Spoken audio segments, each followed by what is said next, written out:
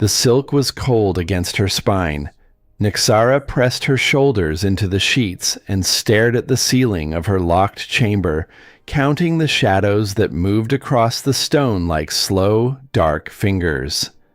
21 nights. 21 nights since the bonding ceremony. 21 nights of running, of hiding, of pressing her back against locked doors and telling herself that the ache would pass. It never passed. It lived in her bones now. A low, electric hum that started at the base of her skull and traveled down through her chest, her belly, the hollow space between her hips, where something nameless kept pulling toward 3 men she refused to want. She rolled onto her side. The moonlight cut through the window in a pale blade, illuminating the curve of her bare shoulder, the tangle of dark hair across the pillow. The room smelled of candle wax and lavender and something else, something beneath, the faint, stubborn trace of cedar and winter night that had clung to her sheets ever since Kelrin had stood in this doorway 3 weeks ago and told her, in that voice made of iron and authority, that she belonged to them. She did not belong to anyone. Her fingers found her lips. She pressed them there, feeling her own breath, hot and unsteady. The memory came without permission. Silver eyes. Kelrin's silver eyes tracking her across the ceremony hall with the patience of a predator who had already made his kill and was simply waiting for the prey to realize it. The way the torchlight had caught the sharp line of his jaw, the way his hands, massive and sure, had rested at his sides while his gaze did all the holding. Then Draven, battle-scarred and brutal, emerald eyes fixed on her with an intensity that felt like being touched. His jaw had tightened when she refused to meet his gaze during the vows. She had felt his frustration through the bond like a fist clenching around her ribs. Not anger. Something worse. Hunger. And Orevan. Golden-eyed, lean, dangerous in a way that had nothing to do with muscle. He had smiled during the ceremony. That was the thing that haunted her most. While his brothers had burned and brooded, Orevan had simply smiled. As if he could see straight through the walls she had spent her entire life building. As if he already knew every secret hiding behind them. Nyxara's hand slipped lower, just this once, just to take the edge off, just to quiet the screaming thing inside her that the mate bond had awakened and that she could not, no matter how hard she tried, put back to sleep. She was a scholar. She knew the histories. She knew that triple bonds were extraordinarily rare, occurring perhaps once in a century. She knew the biological mechanics, the way the bond created feedback loops of desire and need that intensified with proximity and became physically painful with prolonged denial. She had read every text, annotated every margin, understood every clinical explanation. None of it had prepared her for this. Her eyes closed. The fantasy built itself behind her lids, vivid and merciless. Kelrin's hands on her skin, commanding, certain. The weight of him pressing her into the mattress while his mouth found the soft place below her ear. Draven's teeth grazing her throat, right there, right at the spot where a claiming mark would go. The scrape of it sending white lightning down her spine. And Orevan's voice, low and dark and knowing, narrating what they would do to her if she ever stopped running. Her back arched off the sheets. Heat flooded through her body in a wave so intense it stole her breath. That strange electric sensation the bond created, the one she had been fighting for 3 weeks, lit up every nerve ending like a struck match. She was close. So close. Her fingers moved faster, her breathing ragged, her mind lost in the image of 3 pairs of eyes watching her come apart. The door exploded inward. 3 massive figures filled the doorway, backlit by the hallway torches. The light carved them in gold and shadow, turning them into something that looked less like men and more like judgment. Nyxara's eyes flew open, her hand froze. Pure terror sliced through her arousal so fast it left her dizzy. Kelrin stood in the center, 6'5" of controlled fury, silver eyes blazing in the darkness, fixed on her exposed body with an intensity that made her skin burn from across the room. His jaw was granite. His shoulders blocked out the moonlight. The Alpha King, leader of the Nightshade Pack, and according to the ceremony she had been trying to forget for 21 days, her mate, to his left, Draven, scarred and brutal and radiating heat like a furnace. His emerald eyes tracked the position of her hand between her thighs. His nostrils flared once, scenting her arousal in the air, and his entire body went rigid with the effort of staying still. To the right, Orivin, golden eyes gleaming with dark satisfaction. That smile, that knowing, infuriating, devastating smile. As if he had seen this exact moment in one of his visions and had told his brothers precisely when to walk through the door. "Don't stop on our account," Orivin said softly. His voice moved through the room like silk over steel. Nyxara yanked her hand away. She scrambled backward until her spine hit the headboard and grabbed at the sheets, pulling them up to cover herself. But Kelrin's voice stopped her cold. "No." One word. Absolute authority. The Alpha command rolled over her like a wave, and her hands froze of their own accord. The Omega part of her, the part she had been fighting since the moment the bond snapped into place, wanted to obey immediately, wanted to release the sheets and bare herself completely for inspection. She gritted her teeth against the instinct so hard her jaw ached. "How dare you?" Her voice shook. She hated that it shook. "This is my private chamber. You have no right." "No right." Draven's laugh was low, dangerous. He stepped into the room with the fluid grace of a predator closing distance.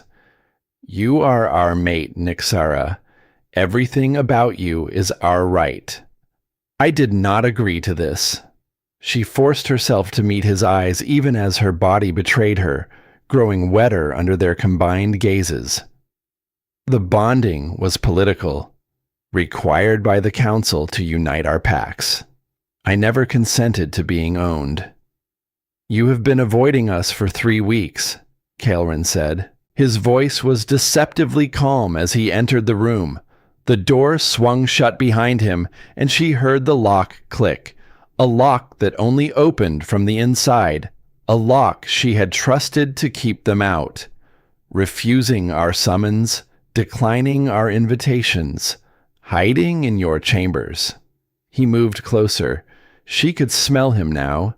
Cedar and winter night and something purely, devastatingly alpha. Her body responded despite every protest her mind could mount. Heat pooled low in her belly. Her nipples tightened under the thin fabric of her nightgown. "And pleasuring yourself?" Orivin added, taking his position on her other side, "while thinking about us." Her breath caught. I was not. "Do not lie." Kelrin's hand shot out, gripping her chin, tilting her face up to meet his eyes, not roughly, but firmly enough that she could not look away. "We feel it through the bond. Every fantasy, every forbidden thought. Every time you touched yourself these past 3 weeks, we knew. We felt your pleasure, your desire, your desperate need for what only we can give you." Shame flooded through her, hot and suffocating. They had known. The entire time. They had known what she was doing in the dark, what she was imagining, who she was imagining. "I have a 30-day trial period," Nyxara said, reaching for the only weapon she had left, her knowledge, her scholarship, the ancient laws she had memorized line by line. According to the Covenant of Sovereign Rights, any Omega bonded without prior courtship has 30 days to dissolve the union without consequence. I still have 9 days. Silence.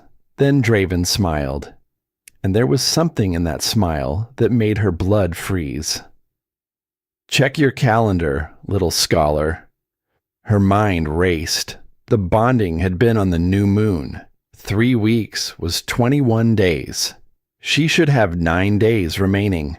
She counted again, counted the mornings she had woken alone, the evenings she had barricaded her door, the meals she had eaten in solitude. 21 days. But she had lost 2 days to sleep deprivation in the first week. Days she had barely been conscious. Days that had blurred together into one long, feverish haze of fighting the bond. Day 31, Calren confirmed.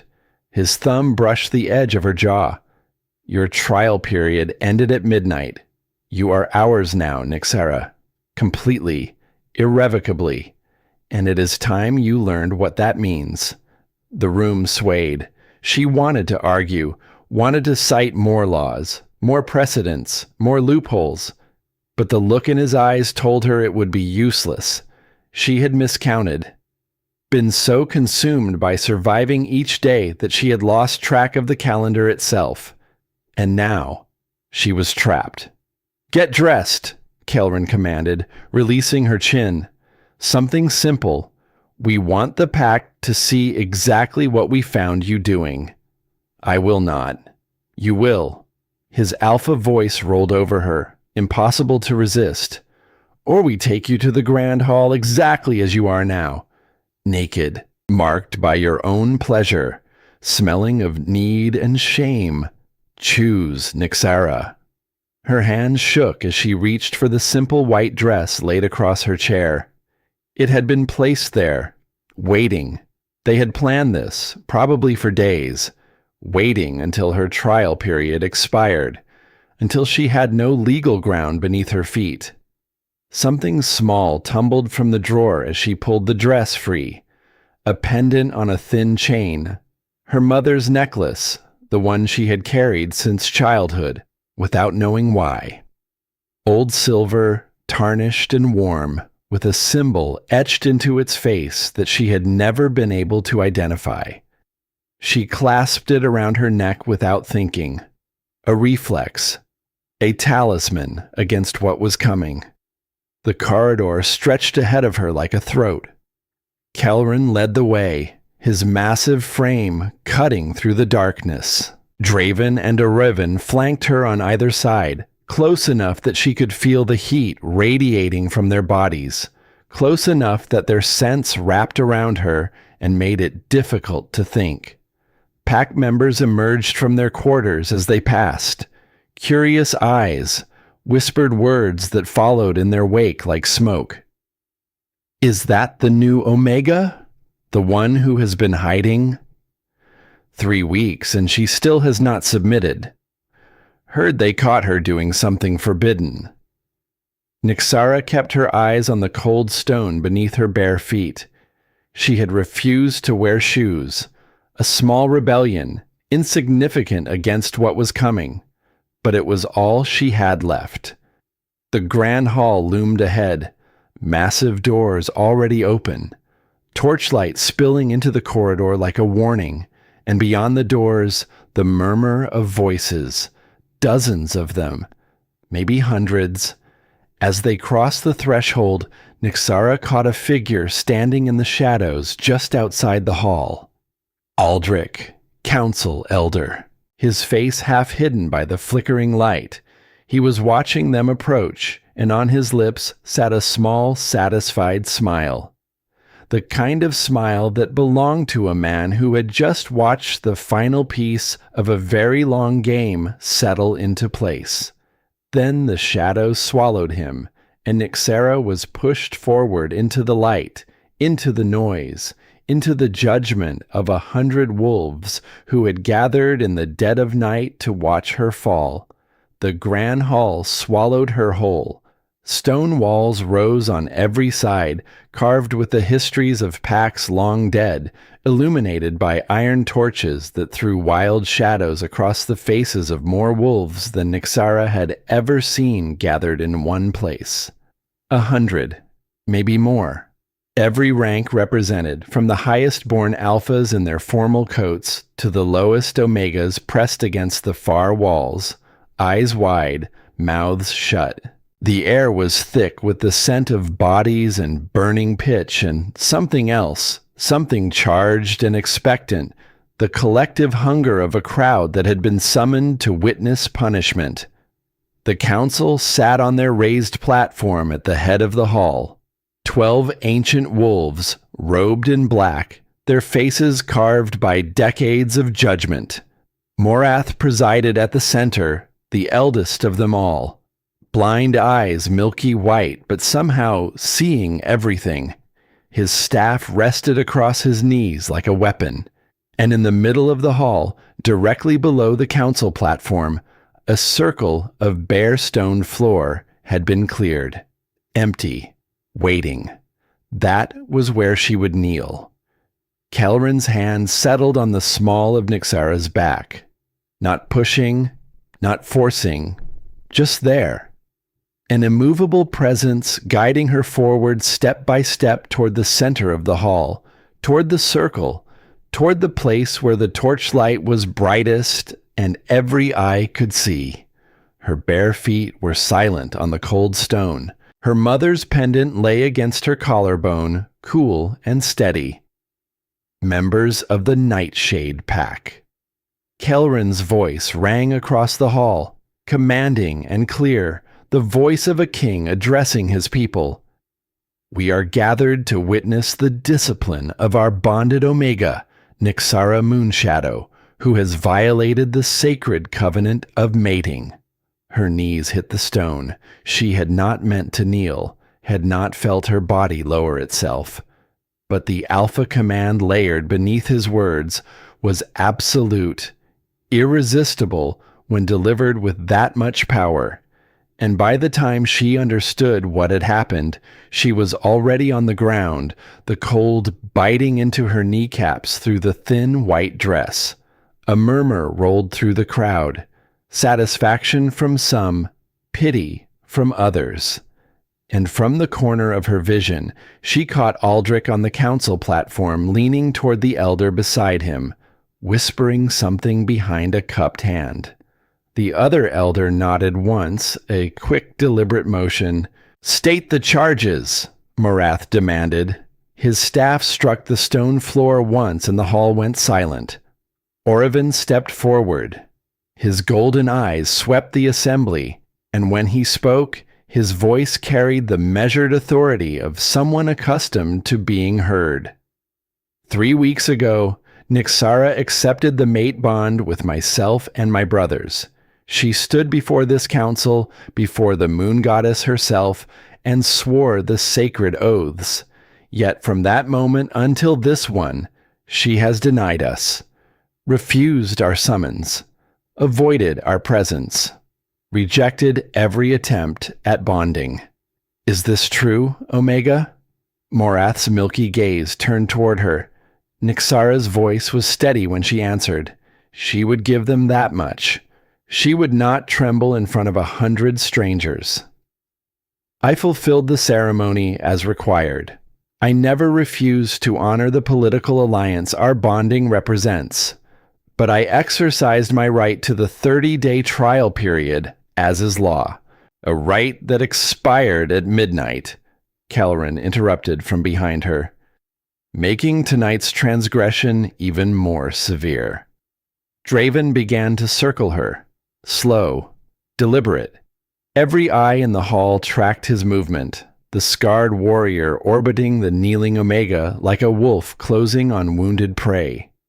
The torchlight caught the ridges of old wounds across his knuckles, the thick cords of muscle in his forearms. He stopped directly in front of her and looked down. "We found her in her chambers," he said. His voice was hard, carrying easily to the far walls. Door locked, lights dimmed. He paused, let the silence stretch until the crowd leaned forward. Her hands were buried between her thighs, pleasuring herself while thinking forbidden thoughts about her alphas.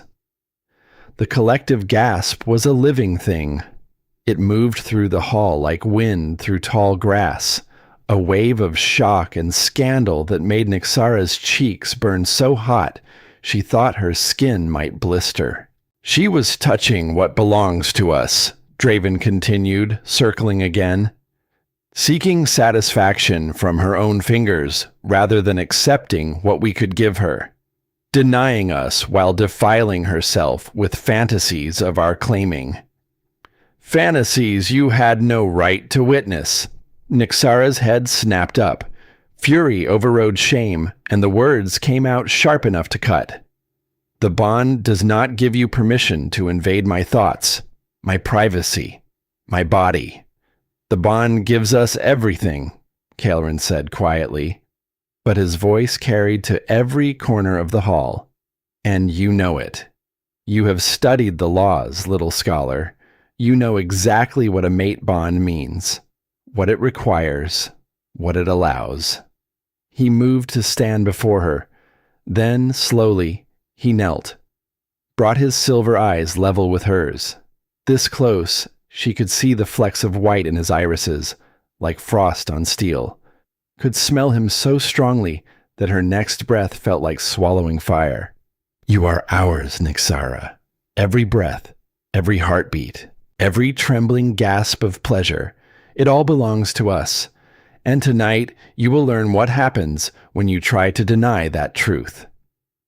Magistrate, his staff struck stone 3 times. The charges are proven.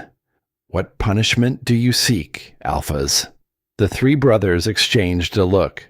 Some silent communication passed between them, the kind that came from a lifetime of being pack, of being blood, of knowing each other's minds without words. When Kael'ren's gaze returned to Morath, there was something almost deliberate in its calm. 4 days of discipline, 4 nights of training. We will dismantle her resistance, not through force, but through undeniable pleasure. We will make her crave what only we can provide. He stood, his shadow falling over Nyxara like a sentence. And when those 4 days end, she will either beg to complete the bond willingly, or we will release her from the covenant entirely and let her leave our pack forever. Her choice, freely made. Stunned silence. Then the murmurs erupted. This was not standard punishment. This was not the harsh discipline that pack law prescribed for defiant omegas. This was something else entirely. You are giving me a choice, Nyxara breathed. We are giving you truth, Orevan said from her left. 4 days to learn what the mate bond truly means, what we can give you, what you will lose if you walk away. And there it was, the trap disguised as mercy.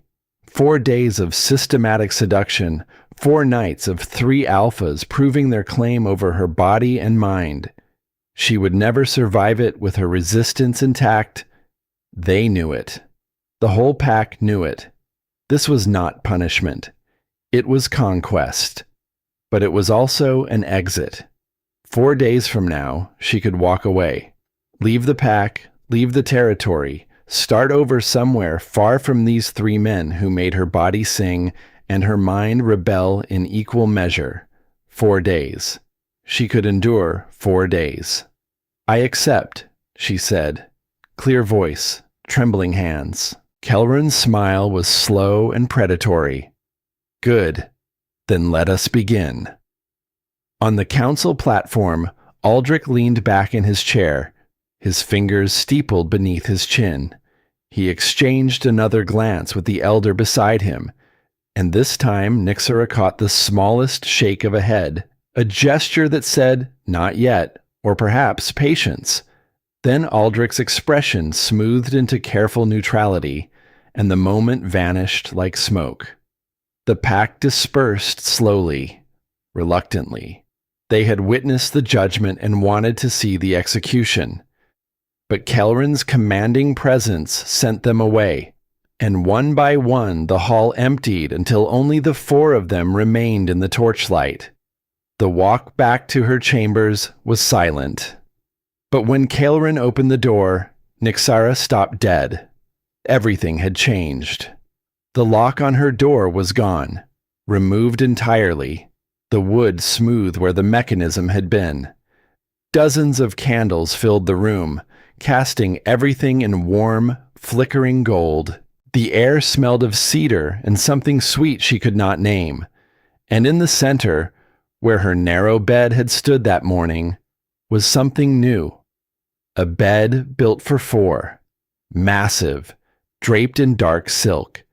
The headboard was carved ironwood, the mattress deep enough to sink into and never surface. "No," Nyxara said, stepping backward. She collided with Draven's chest, solid, immovable, warm. "Yes," he said. His hands settled on her shoulders, not pushing, just present, steady. "For 4 days, you do not hide from us. You do not run. You stay where we can see you, touch you, teach you. You cannot expect me to share a bed with you. We expect nothing." Orevan moved past them both, closing the door with a soft click. "Except honesty. Except that you stay when every instinct tells you to flee. Except that you let us show you what you have been missing." Kelrin approached her slowly, giving her time to see him coming. When he reached her, his hand came up to cup her face with a gentleness that made something crack inside her chest. "We know you are afraid," he said quietly. "We can feel it through the bond. Fear and arousal and shame, all tangled together until you cannot tell one from the other." His thumb brushed across her lower lip. "We do not want to break you, Nyxara. We want to free you from the walls you have built, from the lies you have told yourself, from the belief that strength means standing alone." "I am not afraid," she lied. All 3 alphas smiled, because they could feel the truth pulsing through the bond like a second heartbeat, could sense every emotion she tried to bury beneath bravado and scholarship and 21 nights of locked doors. 4 days, Kelrin said again. "Starting now." He released her and began removing his jacket, the formal coat of the Alpha King, heavy with emblems of authority. Beneath it, his shirt stretched across shoulders built for war. Nyxara watched his fingers work the buttons and felt her mouth go dry. "What are you doing?" "Getting comfortable," Draven said from behind her, the sound of fabric moving, his boots hitting the floor one after another. "It is late. Time for sleep." "I am not sleeping in that bed with you." "Then you will stand all night," Orevan said reasonably, already down to his undershirt. "Because we are not leaving, and we are certainly not letting you lock yourself away again." They were serious. They were actually going to sleep here, in her room, in that enormous bed, the first night of 4. The opening move in a game she was already losing. Nyxara watched Kelrin strip down to sleep pants. His torso was a landscape of muscle and old scars, each one a story she did not want to be curious about, and was curious about anyway. Draven was even more marked, his warrior's body a map of every battle he had ever fought, the ridgelines of healed wounds catching the candlelight like silver rivers. Orevan was leaner but coiled, moving with a quiet lethality that reminded her of deep water. Still on the surface, deadly underneath. They climbed into the bed, took positions that left the center space open, waiting. "Last chance to choose the easy path," Kelrin said. Silver eyes gleaming in the candlelight, sheets pooled at his waist, one arm tucked behind his head. "Come to bed willingly, or we carry you. Either way, You sleep between us tonight." She could fight, could rage and scream and make this as difficult as possible. But what would it gain her? They were bigger, stronger. They had the absolute backing of pack law and the weight of 100 witnesses who had just watched her accept the terms. 4 days, just 4 days. Then she could leave. She climbed into the bed stiffly, stayed as far from all three of them as the space would allow, balanced on the edge of the mattress like a woman standing on a cliff. The sheets were silk against her bare legs. The mattress cradled her body in a way her old bed never had.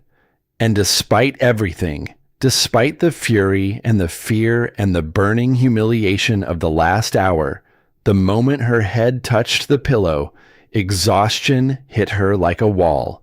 3 weeks of running, 3 weeks of broken sleep and constant vigilance and fighting her own nature every waking second. It had hollowed her out, left her running on nothing but pride and stubbornness and the kind of desperate energy that vanishes the instant the body finds something that feels like safety. Oriven moved first. His arm settled across her waist. She stiffened, every muscle locking, but his hold was loose, warm. The weight of it not restraining but grounding, like a hand placed on a wild animal's flank to say, "I am here, I am here, be still." Then Draven shifted closer behind her, the solid heat of his chest against her back, not pressing, just present. A wall of warmth between her and the cold stone room, and finally Kelrin facing her in the darkness, close enough that she could feel his breath on her forehead, could see, even in the dim candlelight, the way his silver eyes watched her face with something that looked less like possession and more like reverence. "Sleep, little scholar," he murmured. "Tomorrow your real education begins." She wanted to stay awake, wanted to remain vigilant, to keep her walls up, to remember that these men were captors, not protectors, that this bed was a cage, not a cradle, but surrounded by their heat, their scent, the steady rhythm of 3 heartbeats surrounding hers like a cocoon. The mate bond purred, not roared, not demanded, just purred, soft and low and satisfied. The sound a thing makes when it has been starving for weeks and is finally being fed. Nyxara fell asleep between 3 alphas, and for the first time in 21 nights, she did not dream of running. She dreamed of hands, of warmth, of a voice whispering your choice, always your choice, while the darkness around her softened into something that felt, against every rational judgment she possessed, like home. Morning arrived in fragments, warmth first. A heat so thorough, so absolute, that Nyxara's body registered it before her mind surfaced from sleep. She was warm in a way she had not been warm in 3 weeks. In a way that had nothing to do with blankets or fire and everything to do with the 3 bodies arranged around hers like a fortress made of skin and breath and heartbeat. Then, sensation. A heavy arm draped across her waist. A thick, muscled leg thrown over hers, pinning her lower half to the mattress with casual, unconscious possession. A hand resting on her hip. Thumb tucked just beneath the hem of her nightgown, touching bare skin. And against her back, the slow, steady expansion of a chest rising and falling in deep sleep. Then scent, cedar and iron and something sweet like crushed autumn leaves. 3 distinct signatures layered together until they formed a single, overwhelming perfume that made the bond in her chest vibrate like a plucked string. Nyxara opened her eyes. Oriven's face was inches from hers. Golden eyes already open, already watching. That small, knowing smile already in place. as if he had been waiting for this exact moment, as if he had seen it in a vision years ago and had been patient ever since. "Good morning," he said softly. She tried to move. The instant she shifted, Draven's arm tightened around her waist. Still asleep, but his warrior's instincts responded to the movement with immediate, reflexive containment. His breath was hot against the back of her neck. His chest was a wall of scarred muscle pressed flush against her spine. "Let me go," she said, proud at least that her voice did not shake. "Why?" Orevin's question was genuinely curious. "You are comfortable. We are comfortable. The bond is satisfied for the first time in 3 weeks. Why fight what feels good?" "Because I do not want this." "Your body disagrees." His gaze dropped, just for a moment, to where her nipples had hardened beneath the thin fabric of her nightgown. The flush that crawled up her neck was immediate and involuntary. "Your scent disagrees. The bond disagrees. Only your mind keeps insisting on a story that the rest of you has already abandoned." Kelrin stirred beside her. Silver eyes opened, alert and sharp in an instant, the gaze of a king who never truly slept. He assessed the situation in a single sweep. Nyxara trapped between his brothers, flushed, breathing faster than she wanted to be, and a slow smile crossed his face. "Morning already." His voice was rough with sleep, deeper than usual. It moved through her belly like warm water. "Feels like we just closed our eyes." He stretched, and the movement made muscle shift and ripple across his torso in a way that Nyxara tried very hard not to watch. Failed. Failed completely and without dignity. "Draven," Kelrin said, "release our mate. She will want to bathe before breakfast." The warrior grumbled but obeyed. His arm withdrew, and cold air rushed into the space where his body had been. Nyxara felt the absence like a wound and hated herself for it. "You stayed," Draven said, emerald eyes open now, pinning her with a look that was equal parts accusation and satisfaction.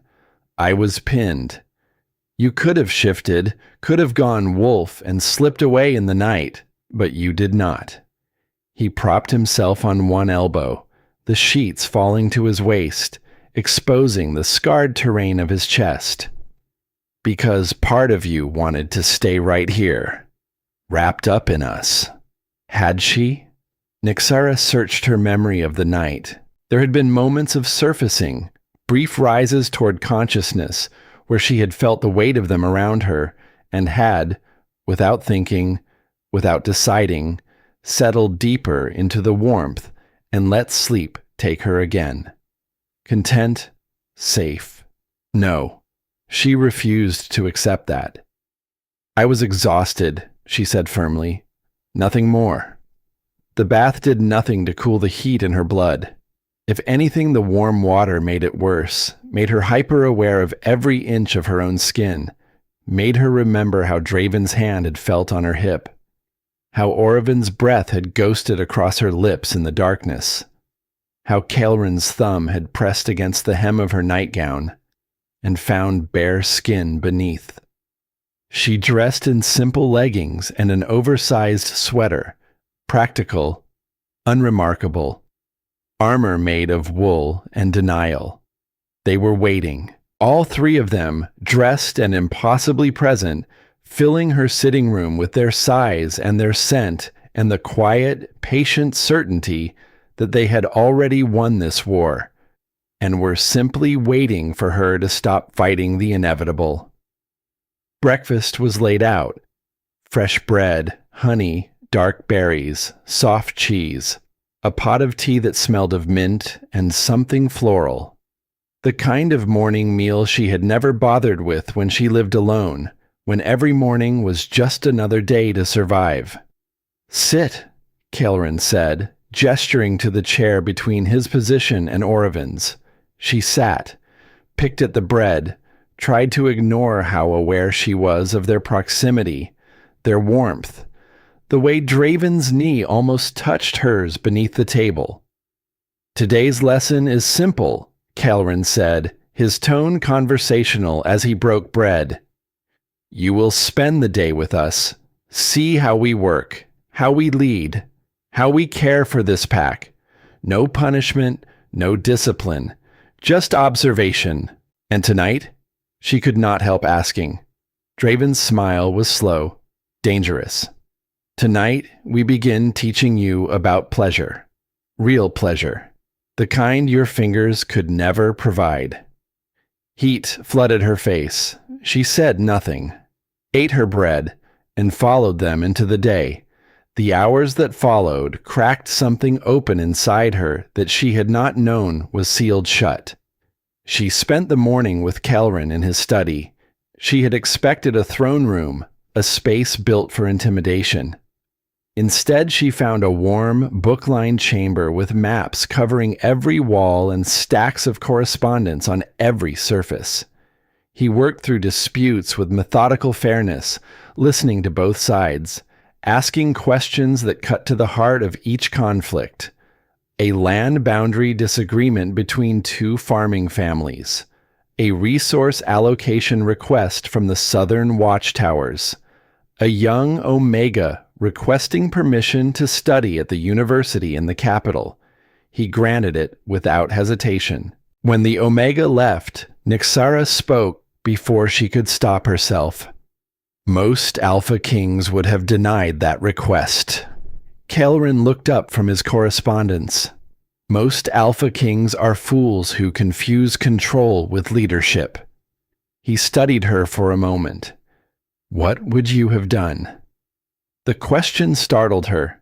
No one had ever asked her opinion on governance. She was a scholar, not a strategist. But the answer came easily, naturally, because she had spent years studying exactly these kinds of systems. Granted it. But with a condition. She returns after 2 years to teach what she learned. You invest in her education, she invests in the pack. Reciprocity instead of charity. Something shifted in Kelrin's expression. Respect, real, genuine respect for her mind.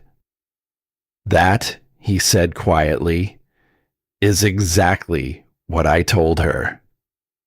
A silence settled between them, not uncomfortable, charged. He held her gaze for a long moment, and she saw something beneath the silver, beneath the authority and the control.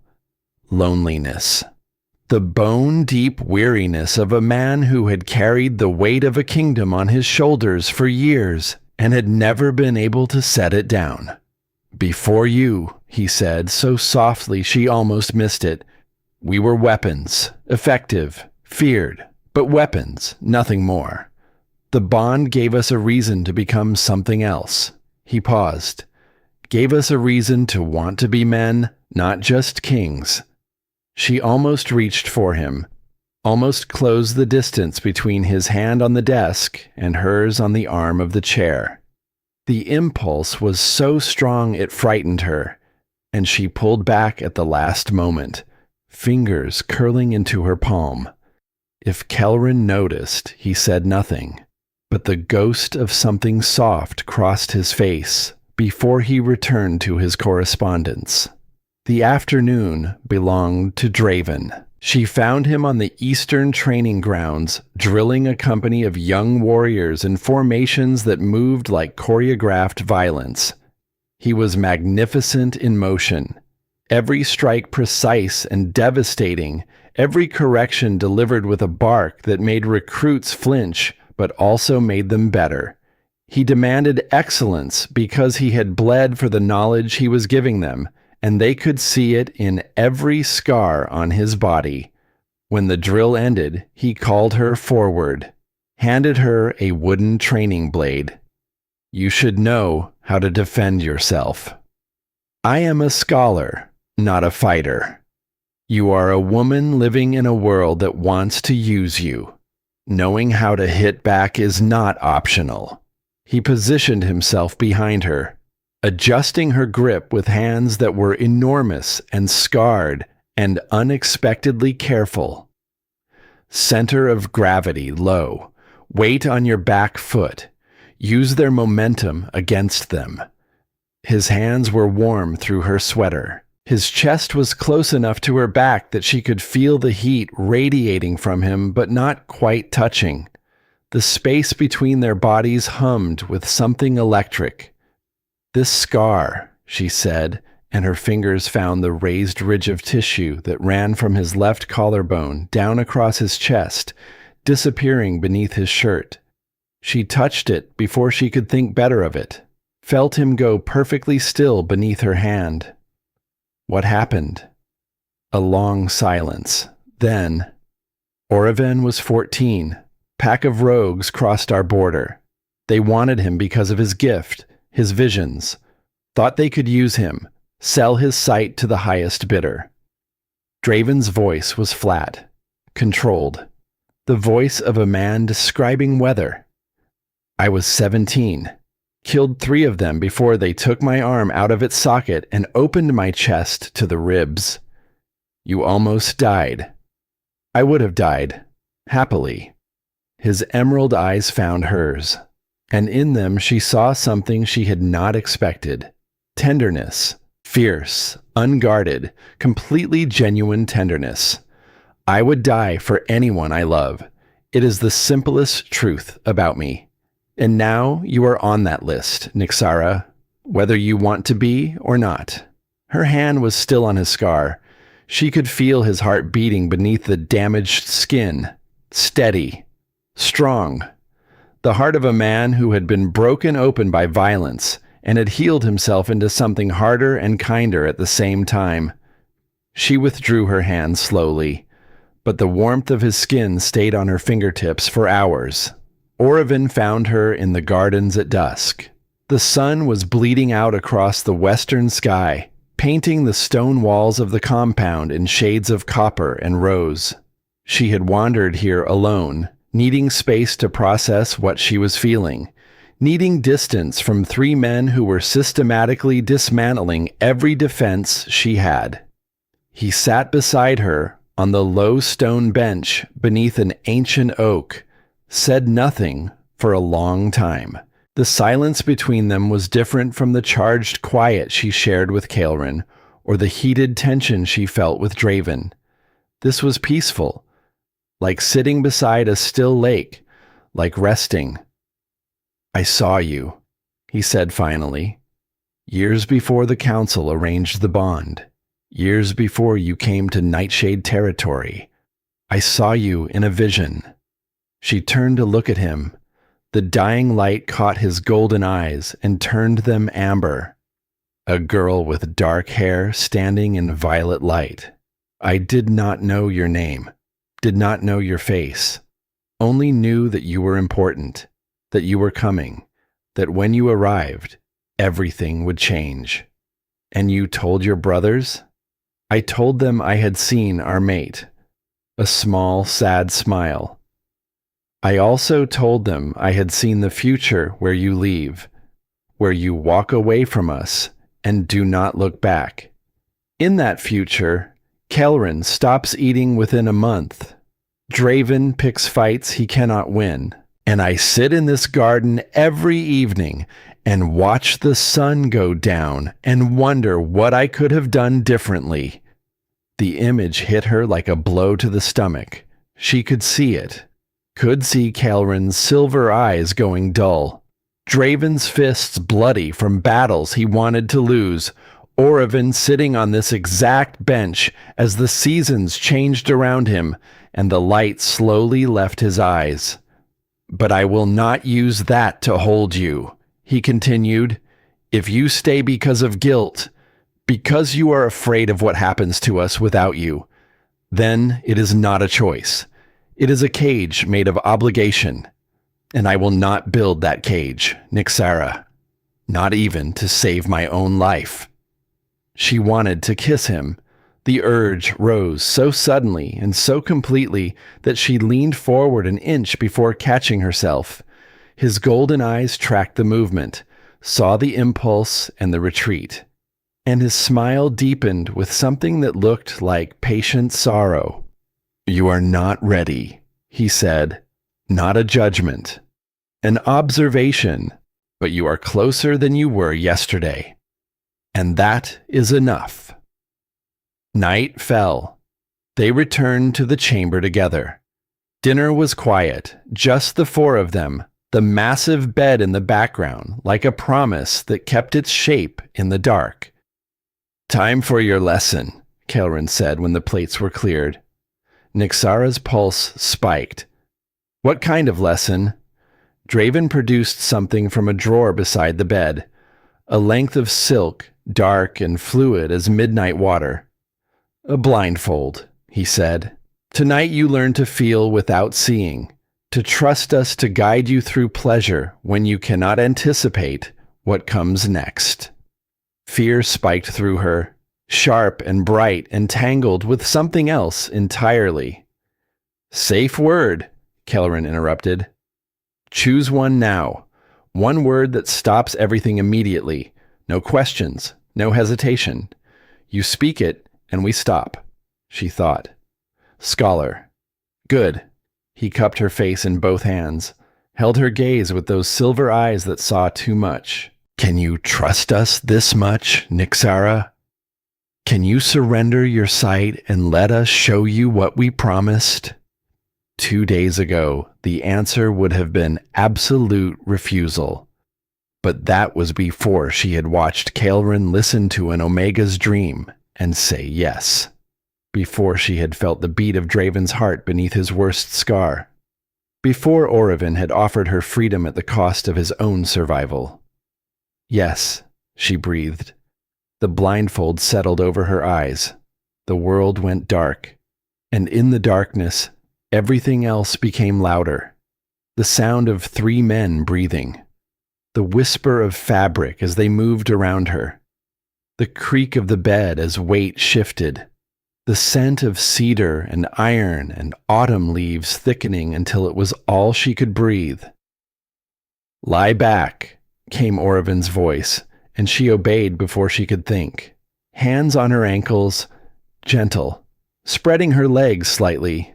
Not far, not uncomfortable, just open, vulnerable in a way that made her heart hammer against her ribs. "We are going to touch you," Kelrin said from above her, "and you are going to tell us how it feels. Do not hold back. Do not perform. Just honest reactions. Can you do that?" A touch on her collarbone, feather light, tracing down to the valley between her breasts through the fabric of her sweater. One finger, slow as melting ice. "How does that feel?" "Good," she whispered. Then, because she had promised honesty, "Like lightning, like standing too close to a fire." Fingers on her ribs now, mapping every curve. A different hand, broader, rougher. Draven. She could tell by the calluses, by the heat of his skin. And this? Ticklish, but good. Still good. They learned her body with devastating patience. Every sensitive place behind her ear, the inside of her wrists, the hollows of her collarbones, the strip of bare skin at her waist where her sweater had ridden up. And each time they found a spot that made her gasp or arch or moan, they returned to it, memorized it, filed it away like scholars cataloging precious texts.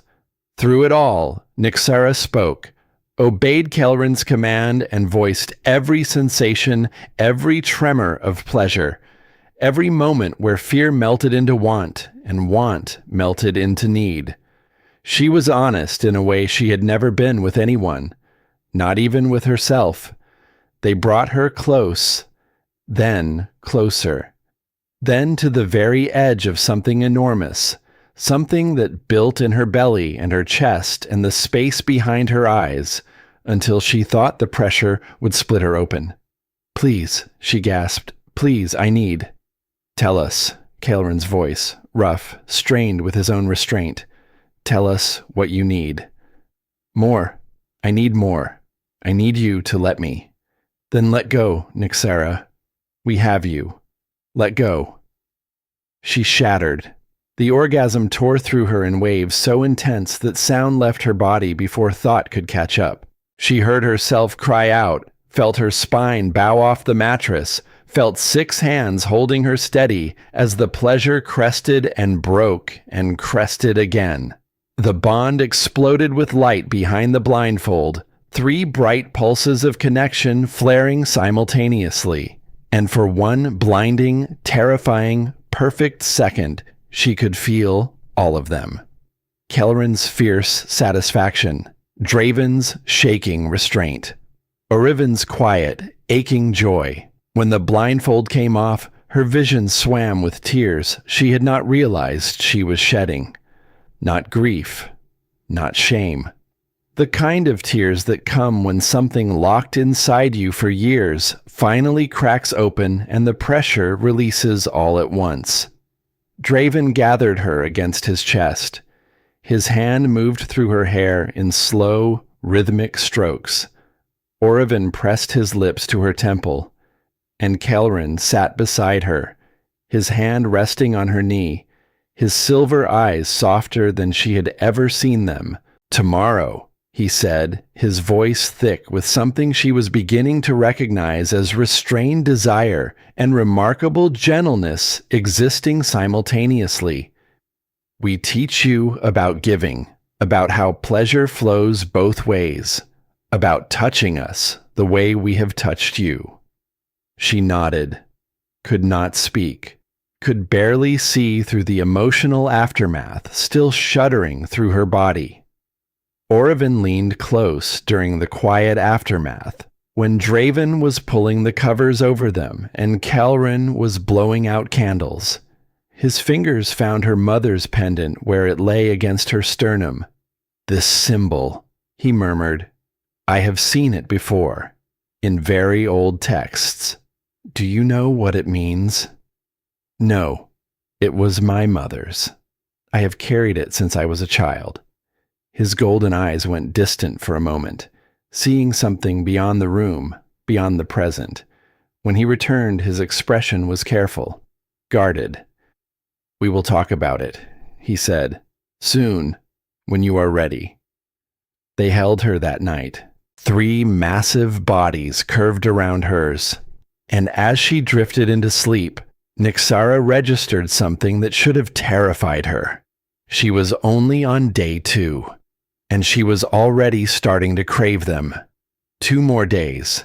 She had 2 more days to resist the inevitable. But lying in the dark, wrapped in their heat and their scent and the steady percussion of their hearts, Nyxara wondered if resistance had ever really been possible. Or if from the moment they caught her in the dark, her fate had already been written in a language older than choice. Morning 3 began differently. The bed was empty when she woke, though the sheets still held the warmth of 3 bodies. A note on Kelrin's pillow, written in his precise hand, "Training room. When you are ready. No rush." The consideration in those 4 words made something in her chest tighten. They could have commanded her presence, could have woken her and demanded she follow. Instead, they gave her space, time, choice. It was more dangerous than any order could have been. She found them in the Eastern Training Hall, alone, moving through combat forms with a synchronization that spoke of decades fighting side by side. Shirtless, gleaming with sweat, their bodies a study in different kinds of power. Kelrin, controlled devastation. Draven, brutal efficiency. Orivin, deceptive grace hiding lethal intent. They were beautiful, terrifying. Hers. The thought came without permission, and it stole the air from her lungs. When had she started thinking of them as hers instead of herself as theirs? Orivin's eyes found her first. He stilled mid-strike, and that smile crossed his face again. She watches. The other 2 turned. The combined weight of their gazes hit her like a physical thing, and heat bloomed low in her belly.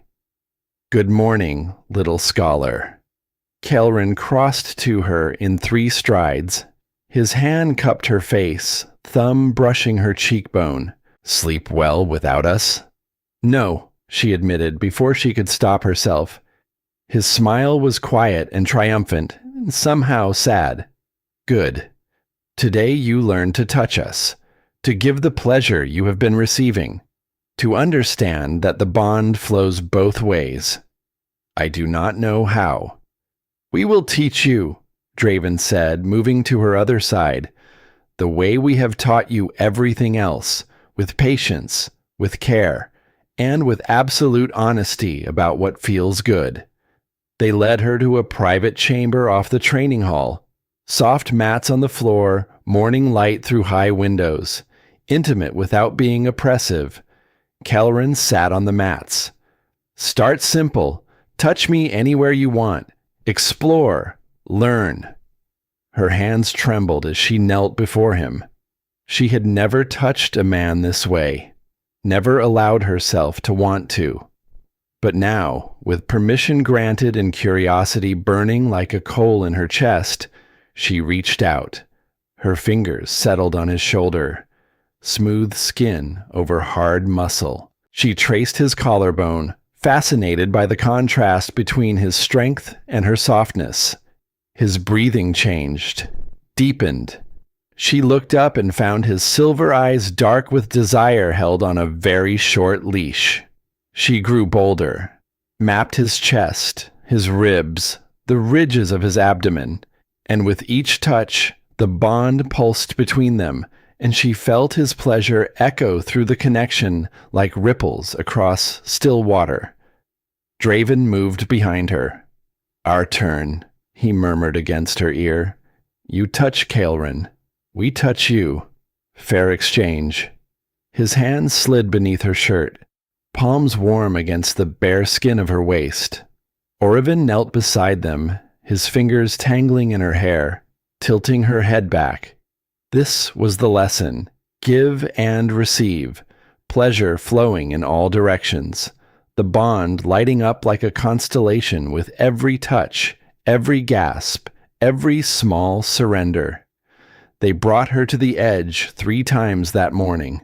3 times they pulled her back, teaching her anticipation, teaching her to trust that the release would come when they decided the moment was right.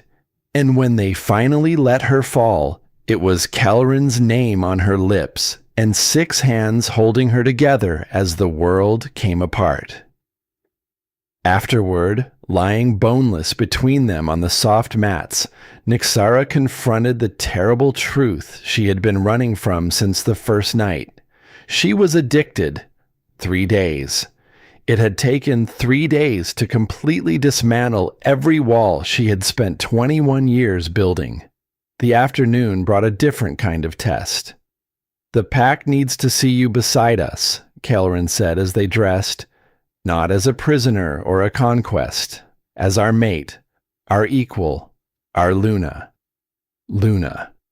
The word sent a shiver through her that had nothing to do with cold. They dressed her in deep purple silk that hugged her curves and fell like water. When she looked in the mirror, she barely recognized the woman staring back, eyes bright, skin glowing, the claiming marks they had left on her throat visible above the neckline. She looked claimed, possessed, theirs. And for the first time, she did not hate it. The pack gathered in the great courtyard. Hundreds of wolves, all ranks and ages. Nyxara stood beside Kelrin on the raised platform, Draven and Orevan flanking her other side. Every eye in the courtyard found her. "This is Nyxara Moonshadow," Kelrin announced. "My mate, my Luna. From this day forward, she speaks with my authority." The murmurs were electric. Giving her authority after 3 days was unprecedented. But Kelrin's expression permitted no argument. Then Isolera stepped forward, beautiful and cold, platinum hair catching the light like a blade. She wore the colors of high nobility, her bearing radiating generations of privilege. Isilira Thornbrook, one of the wealthiest alphas in the territory, and according to every whisper Nyxara had heard, the woman Kaelrin was supposed to marry before the council arranged his bond to Nyxara instead. Forgive my boldness, my king. Her voice dripped with courtesy, sharpened to a point. But surely you move too quickly. 3 days is hardly enough to determine if this Omega is suitable for the Luna position. I determine what is suitable for my pack, Lady Thornbrook. Of course. Isilira's smile could have drawn blood. I merely observe that someone of more appropriate breeding, more experience in leadership, more like you? Draven's voice was a blade unsheathed. Isilira's mask slipped for half a second, rage beneath, then smooth again. I suggest nothing. I merely worry that placing an untried Omega in authority over wolves who have served this pack for generations seems unwise. The old Nyxara would have stayed silent, would have let Kaelrin fight this battle, but something was shifting inside her. Something that had been shifting since the first night, since the first touch, since the first moment she stopped running and started choosing. You question my fitness to lead. Nyxara stepped forward.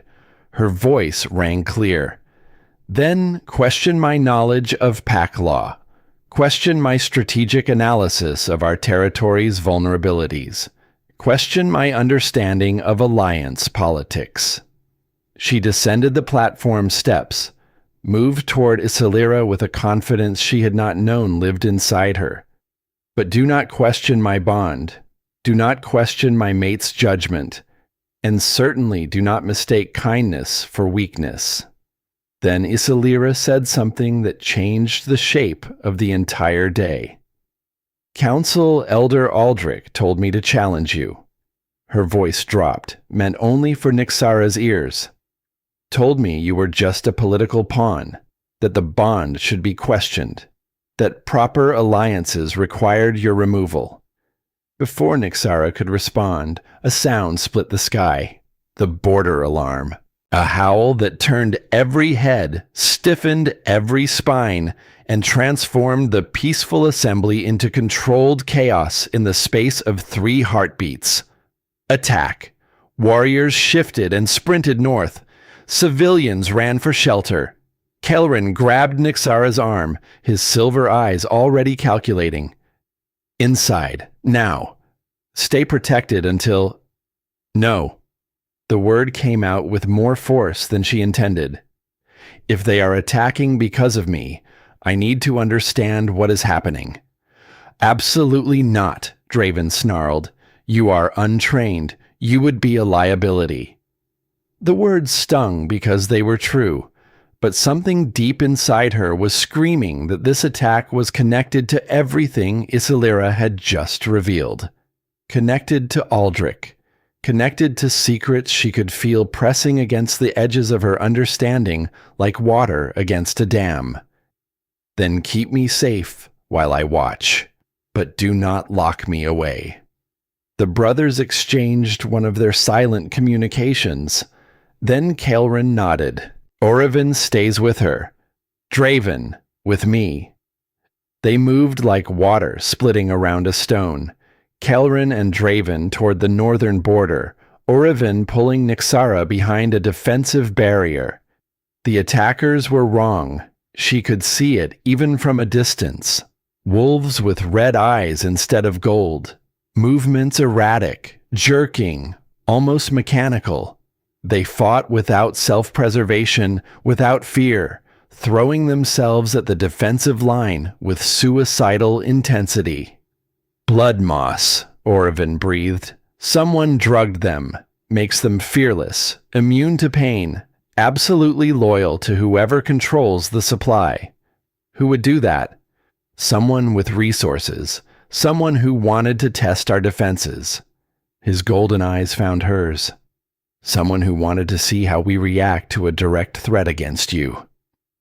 A massive wolf broke through the line. Red eyes locked on Nyxara with singular focus.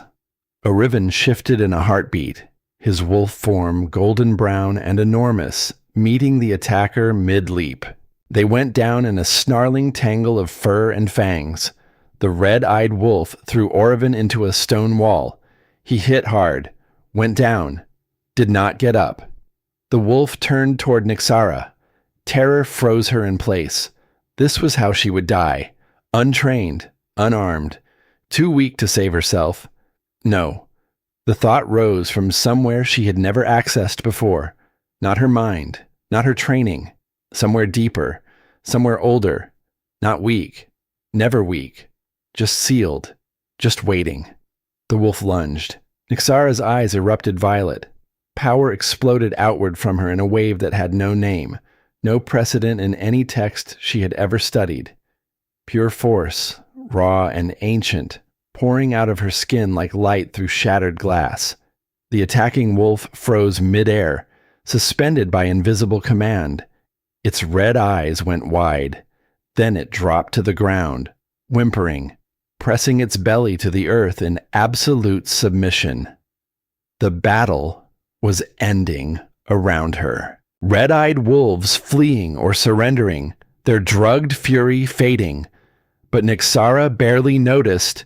She was staring at her hands, at the violet light still crackling around her fingers, at the silver marks appearing on her skin, ancient symbols rising from within like ink surfacing through water.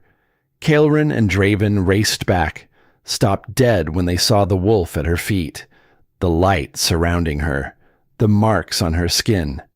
"Nyxara," Caelrin breathed. "Your eyes."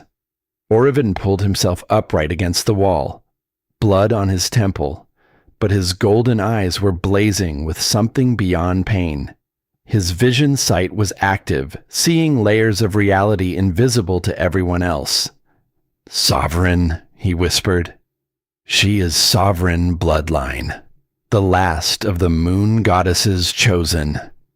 He looked at Nyxara's pendant, glowing now, the symbol on its face matching the marks appearing on her skin. That necklace! It was a seal. Her mother used it to hide her power. It was only meant to break when she found her true mates, when she was loved and protected enough to survive the awakening. He met her eyes, and in his gaze she saw awe and fear and a desperate, aching hope. She is not just an Omega. She is royalty, and someone has been hiding her for her entire life. The violet light slowly faded from Nyxara's hands. The marks remained, glowing faintly on her skin like a second pulse. The world she had known, the world of scholarship and solitude and carefully maintained independence, had just cracked open.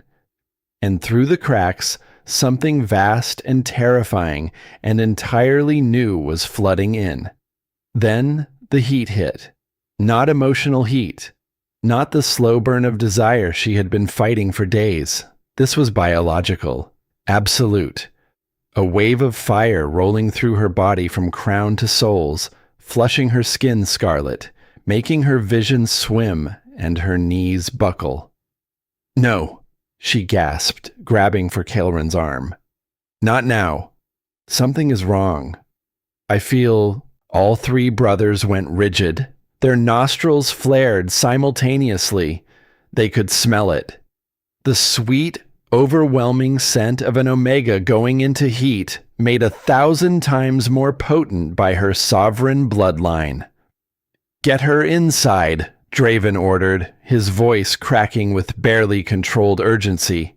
"Now, before every unmated wolf in the territory loses their mind."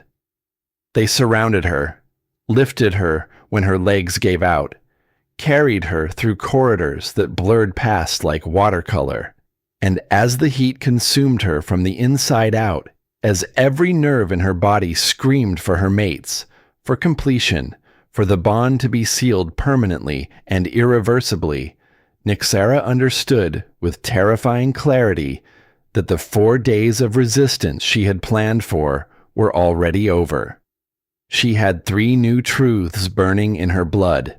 She was sovereign. She was in heat. And the choice she had been putting off could not wait another hour. The door slammed shut behind them, and the lock turned, and still it was not enough. Nyxara could feel the heat pouring off her skin like steam, could smell herself in a way she never had before, a scent so thick and sweet and desperate that it made the air shimmer. Every surface she touched felt like it was vibrating. The silk sheets, the carved headboard, the stone walls that should have been cold, but felt warm now. Everything felt warm. Everything felt like touching and being touched, and the unbearable absence of the 3 men standing 6 feet away from her, breathing hard, holding themselves back with visible effort.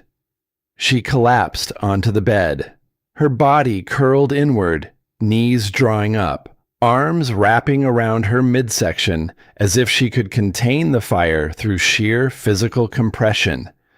It did not work. The heat laughed at the attempt, surging through her in waves that crested higher each time, each peak lasting longer, the valleys between them shrinking until there was no relief, no pause, no moment of clarity. This was nothing like the scholarly texts had described. The clinical language of her books, elevated core temperature, increased pheromone production, heightened sensitivity to mate bond proximity, read like a recipe for a mild fever. This was an inferno. This was her body rewriting itself from the cellular level up, demanding completion with the kind of authority that made Calren's alpha voice sound like a polite suggestion. "Make it stop," she gasped. "Please, I cannot. It is too much." Calren crossed the room in 3 strides and dropped to his knees beside the bed. His face was tight, the muscles in his jaw clenched so hard she could see them jumping beneath the skin. His silver eyes burned with desire held on the thinnest possible leash, and beneath that desire, concern so acute it looked like pain. "Nyxara, look at me," she tried. The room kept sliding sideways. His face blurred and sharpened and blurred again, but his eyes stayed constant. 2 points of silver in a world that was melting. Focus on my voice. Just my voice. Can you do that? She nodded, or thought she did. Her body was doing things without her permission now, trembling and arching and turning toward him like a compass needle seeking north. "We can help you," he said, and his voice shook. She had never heard his voice shake before, had not believed it was physically possible for that voice to be anything other than absolute. "We can ease this. Our touch, our presence, completing the bond. It will regulate the heat. Bring it under control. Stop the pain." "Then do it," she whispered, reaching for him. "Please." He caught her wrists, held them gently but firmly between his hands, and then he said the words that cut through the fire like ice water. "But only if you choose it. Only if you want us to complete the bond. This is permanent, little scholar. Once we claim you in heat, there is no undoing it, no breaking it, no 30-day trial period, no walking away. It is forever, for all 4 of us." She stared at him through the haze. A distant part of her brain, the scholar part, the part that had spent 21 years building walls and memorizing laws and trusting nothing she could not cite from a textbook, understood what he was doing. He was giving her an exit, even now, even with her body writhing on the bed and her scent filling the room so thick that Draven had pressed his back against the far wall and was gripping the stone with both hands to keep himself from crossing the distance. Even with Orovin standing motionless by the door, golden eyes blazing, every line of his lean body rigid with restraint, they could have taken her. The heat made it biologically permissible. Pack law sanctioned it. Her own body was begging for it with every breath, every whimper, every involuntary arch of her spine. They were three of the most powerful alphas in the Northern Territories, and she was an omega in heat, and every instinct coded into their DNA was screaming at them to claim, to complete, to seal what the moon goddess had ordained. And they were asking permission. If you say no, Kelrin continued, and the strain in his voice was almost unbearable to hear, we will stay with you through the heat. We can manage the worst of it with proximity, with touch that does not cross the line. It will be harder, longer, more painful for all of us. But we will not complete the bond without your full, clear, conscious choice. A sob broke from her throat, not from the pain of the heat, though that was enormous, from the weight of being seen this completely by three men who held absolute power over her body, and chose, again and again and again, to hand that power back. I am scared, she said. The words came out raw, stripped of every defense she had left. No scholarship, no bravado, no walls, just a woman on a bed, burning alive, telling the truth to the only people in the world who could hear it. I know, Kelrin said softly. Not of you. She needed them to understand this, needed to get the words out before the heat swallowed her ability to form them. Not of this. Not of the bond, or the heat, or what happens to my body when you touch me.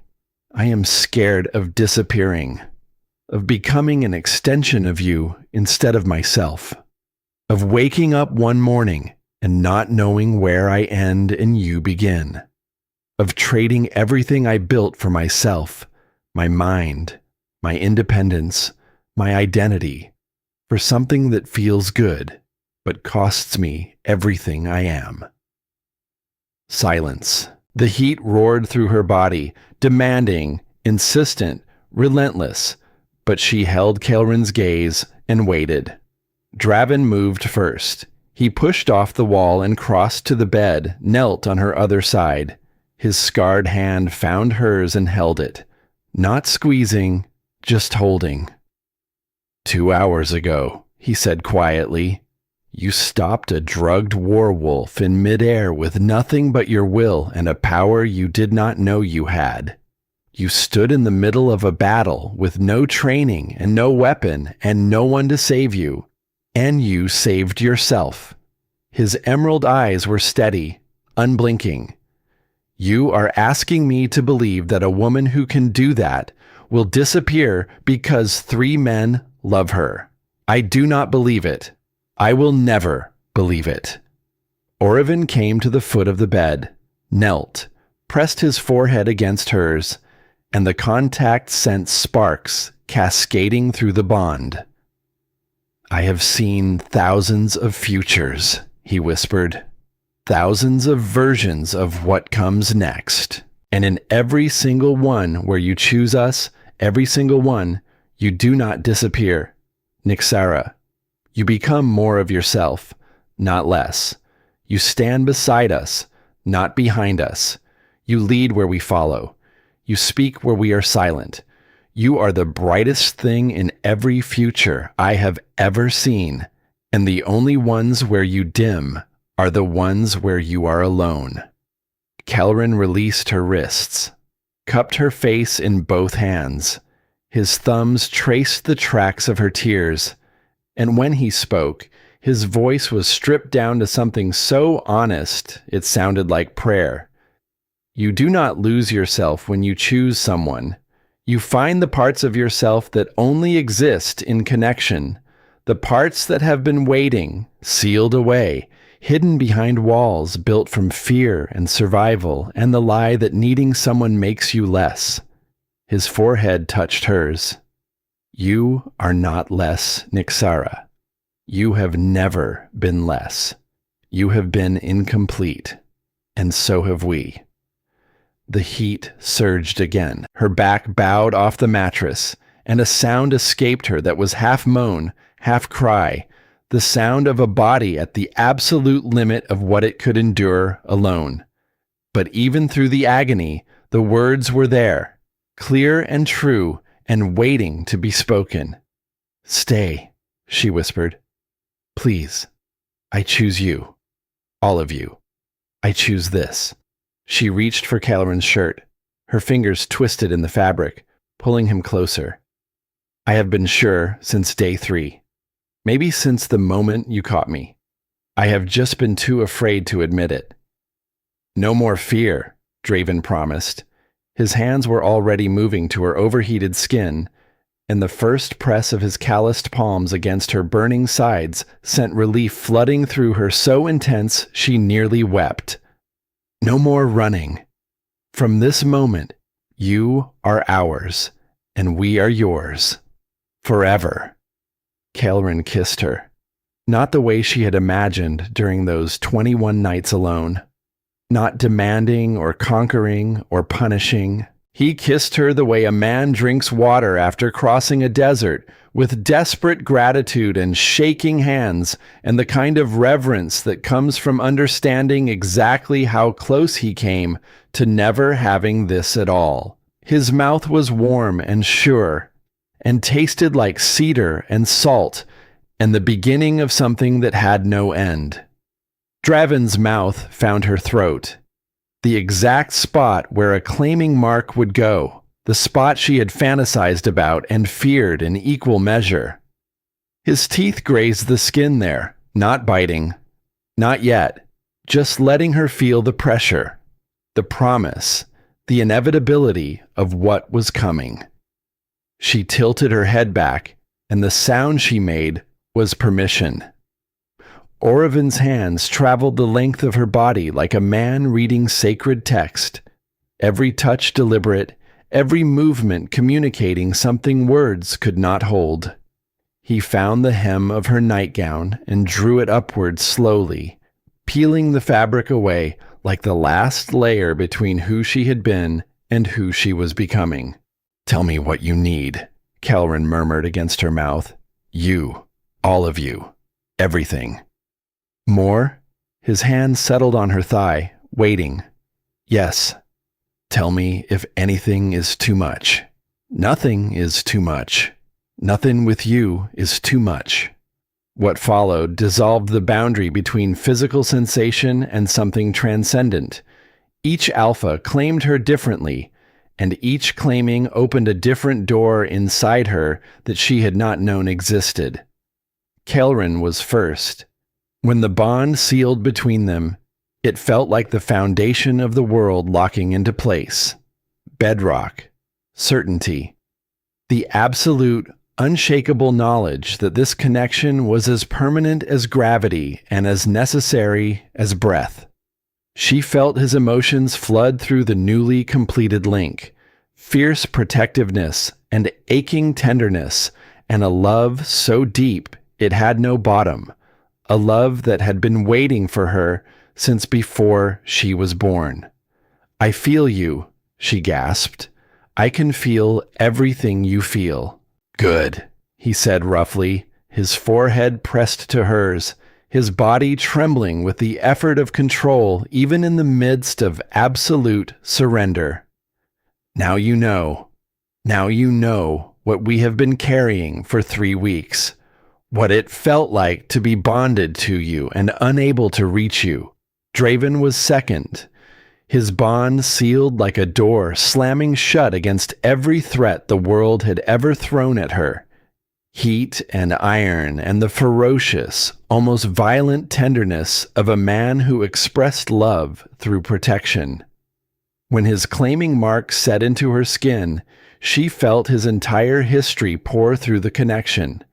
Every battle, every wound, every night he had lain awake wondering if he would ever find someone worth dying for, who would also be worth living for. "There you are," he whispered against her throat, and his voice broke on the last word. Finally, there you are. Oreven was last. His approach was the gentlest, his touch the lightest, but when the third bond sealed into place, the effect was the most profound of all. Because Oreven's bond did not feel like foundation or fortress, it felt like being seen, truly, completely, without filter or shadow, seen down to the atomic level of her soul. Every thought she had ever hidden, every fear she had ever buried, every dream she had been too ashamed to speak aloud, all of it laid bare in the golden light of his connection. "You are extraordinary," he said softly, golden eyes luminous with tears he did not bother to hide. "I saw you in visions for years, but the reality of you, Nyxara, the actual living, breathing truth of who you are, it is so much more than anything I ever imagined." The violet marks on her skin spread during the bonding. They moved like living things, flowing outward from the claiming marks on her throat, cascading down her shoulders, her arms, her rib cage, forming intricate patterns that glowed like embers in the dim room. Her eyes stayed violet even as the intensity faded, the pupils rimmed in purple fire, permanent markers of a bloodline that the world had believed extinct. And the bond, the completed, triple-sealed, irreversible bond, was a cathedral inside her chest. She could feel all three of them now, not just emotions, thoughts, intentions, the quality of their attention, the texture of their love. Kael'ren's steady granite certainty, Draven's fierce, burning devotion, Oreven's gentle, infinite knowing. 3 rivers feeding into the same ocean, 3 stars orbiting the same center. And at that center, holding all of it together, herself. Not diminished, not absorbed, not disappeared, expanded. The heat broke slowly, like a fever releasing its grip 1 degree at a time. Nyxara lay between her 3 mates, thoroughly claimed, utterly exhausted, her body aching in ways that were entirely new and entirely welcome. Draven's head rested against her shoulder, his breathing finally even, the warrior at rest for perhaps the first time in years. Oreven's hand traced lazy patterns on her hip, his golden eyes half closed and dreaming. Kael'ren lay on his back beside her, one arm tucked under her neck, staring at the ceiling with the expression of a man who has received something he spent his entire life believing he did not deserve. "Thank you," Nyxara whispered. 3 heads turned toward her. "For asking," she clarified, "for giving me the choice, even when it would have been easier to take."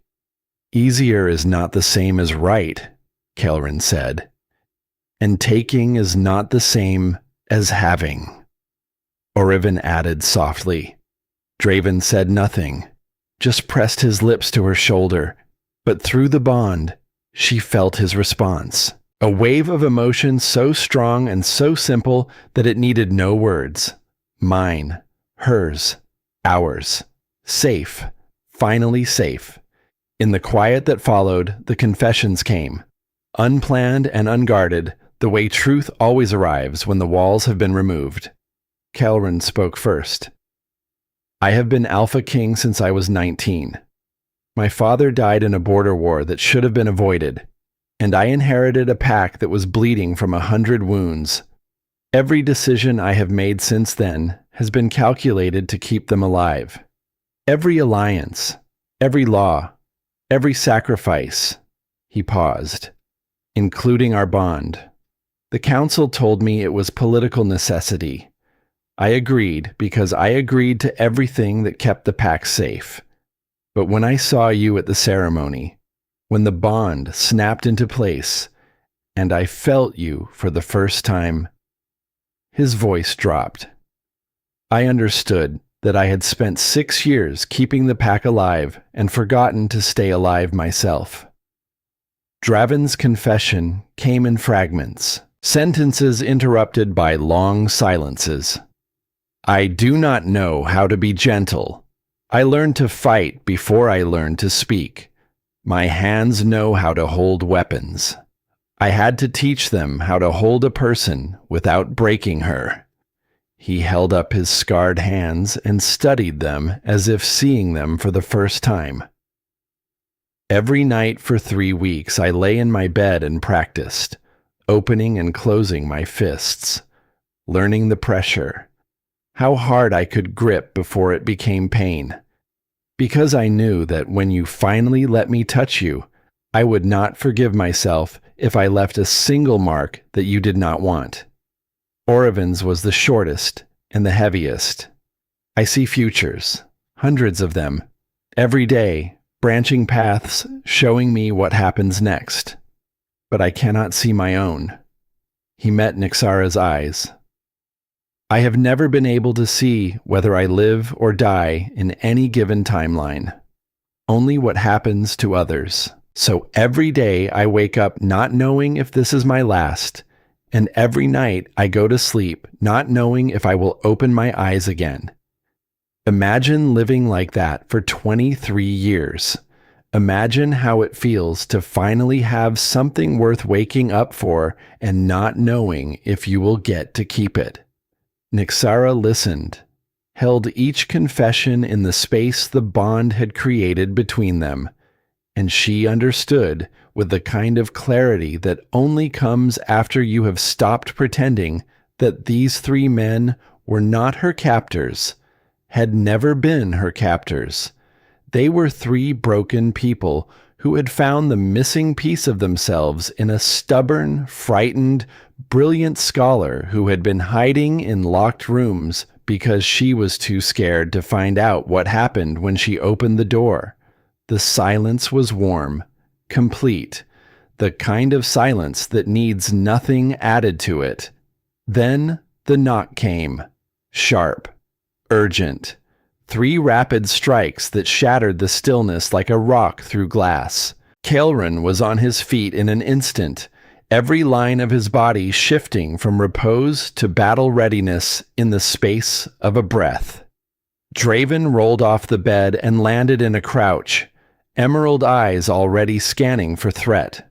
Orevin's golden gaze went distant, his vision sight activating reflexively, searching the immediate future for danger. Kael'ren opened the door. A young messenger stood in the hallway, face drained of color, hands trembling against his thighs. "My king," the boy's voice cracked. "The council demands your presence, immediately. They say someone has arrived at the gates, someone claiming kinship with the Luna." Nyxara sat up in the bed. The silk sheet fell to her waist, revealing the violet marks still glowing softly on her skin. Her pendant lay against her sternum, warm, as if it were alive. "Who?" Kael'ren asked. His voice was the voice of a king who was already calculating the cost of every possible answer. The messenger swallowed hard. "He calls himself Veilthorn Moonshadow, Alpha Supreme of the Eastern Territories. He says he is Nyxara's uncle, her father's brother." The boy's eyes darted to Nyxara, then quickly away. "He carries documents sealed by the Moon Priestess herself, proving blood relation, proving legal guardianship." "Guardianship," Draven repeated, and the word came out like a blade being drawn. "He claims the mate bond is invalid, that a sovereign Omega under the age of 25 cannot be bonded without the consent of her closest living relative. He says he has come to take her home." The room went very still. Nyxara stared at the messenger. The heat was gone, replaced by a cold so sudden and so complete that it felt like falling through ice into black water. Her mother's pendant burned against her skin. "My uncle," she said. Her voice sounded like it belonged to someone else. "The one my mother warned me about in her journal. The one she said must never find me. She looked at Caelrin, at Draven, at Oreven, saw the same realization forming in all three pairs of eyes. The one who killed my parents, she whispered. He is alive, he is here, and he has the law on his side. Through the bond, she felt their response, not fear, not uncertainty. Something older and more dangerous. The cold, deliberate fury of three men who had just found everything they had ever wanted and were being told to give it back. Caelrin's hand found hers. His grip was iron. His silver eyes were winter. Then we will have to change the law, he said. The council chambers smelled of old stone and older fear. Nyxara felt it the moment she crossed the threshold. Not just the physical cold of the underground room, the torches doing little against centuries of accumulated chill, but the emotional temperature. The 12 remaining council members sat in their elevated seats like crows on a wire, and their faces held the particular blankness of people who had already decided which way the wind was blowing and were adjusting their sails accordingly. And in the center of the chamber, standing with the casual authority of a man who had walked into 100 rooms exactly like this one and walked out of every single one with exactly what he wanted, was Valthorn Moonshadow. He was taller than she expected. Broad-shouldered beneath a coat of black leather trimmed in silver, his posture that of a career soldier who had never stopped being at war even when the fighting paused. His hair was the color of moonlight on steel, swept back from a face that was handsome in the way a blade is handsome. Sharp, functional, designed to cut. And his eyes were violet, the same violet as hers. The recognition hit her like a physical blow. Looking at Valthorn was like looking into a mirror that showed not her reflection, but her shadow. The same coloring, the same bone structure, the same sovereign markers that she now knew ran through their shared blood like electricity through copper wire. He smiled when she entered, flanked by her three mates, dressed in the deep purple silk she had worn for the pack assembly, the claiming marks on her throat visible, the violet symbols on her skin still faintly glowing. He looked at all of it, took in every detail, and his smile widened. "Niece," he said. His voice was smooth, the kind of smooth that comes from decades of practice, every word measured, every syllable placed with the precision of a chess piece, advancing across the board. "How you have grown. The last time I saw you, you were barely 5 years old, crying over your parents' graves. I had hoped the years would be kinder to you than the circumstances suggested." Kelron's hand pressed against the small of her back, steady, present, an anchor against the tide of nausea rising in her throat. "You murdered them," Nyxara said. She had expected her voice to shake. It did not.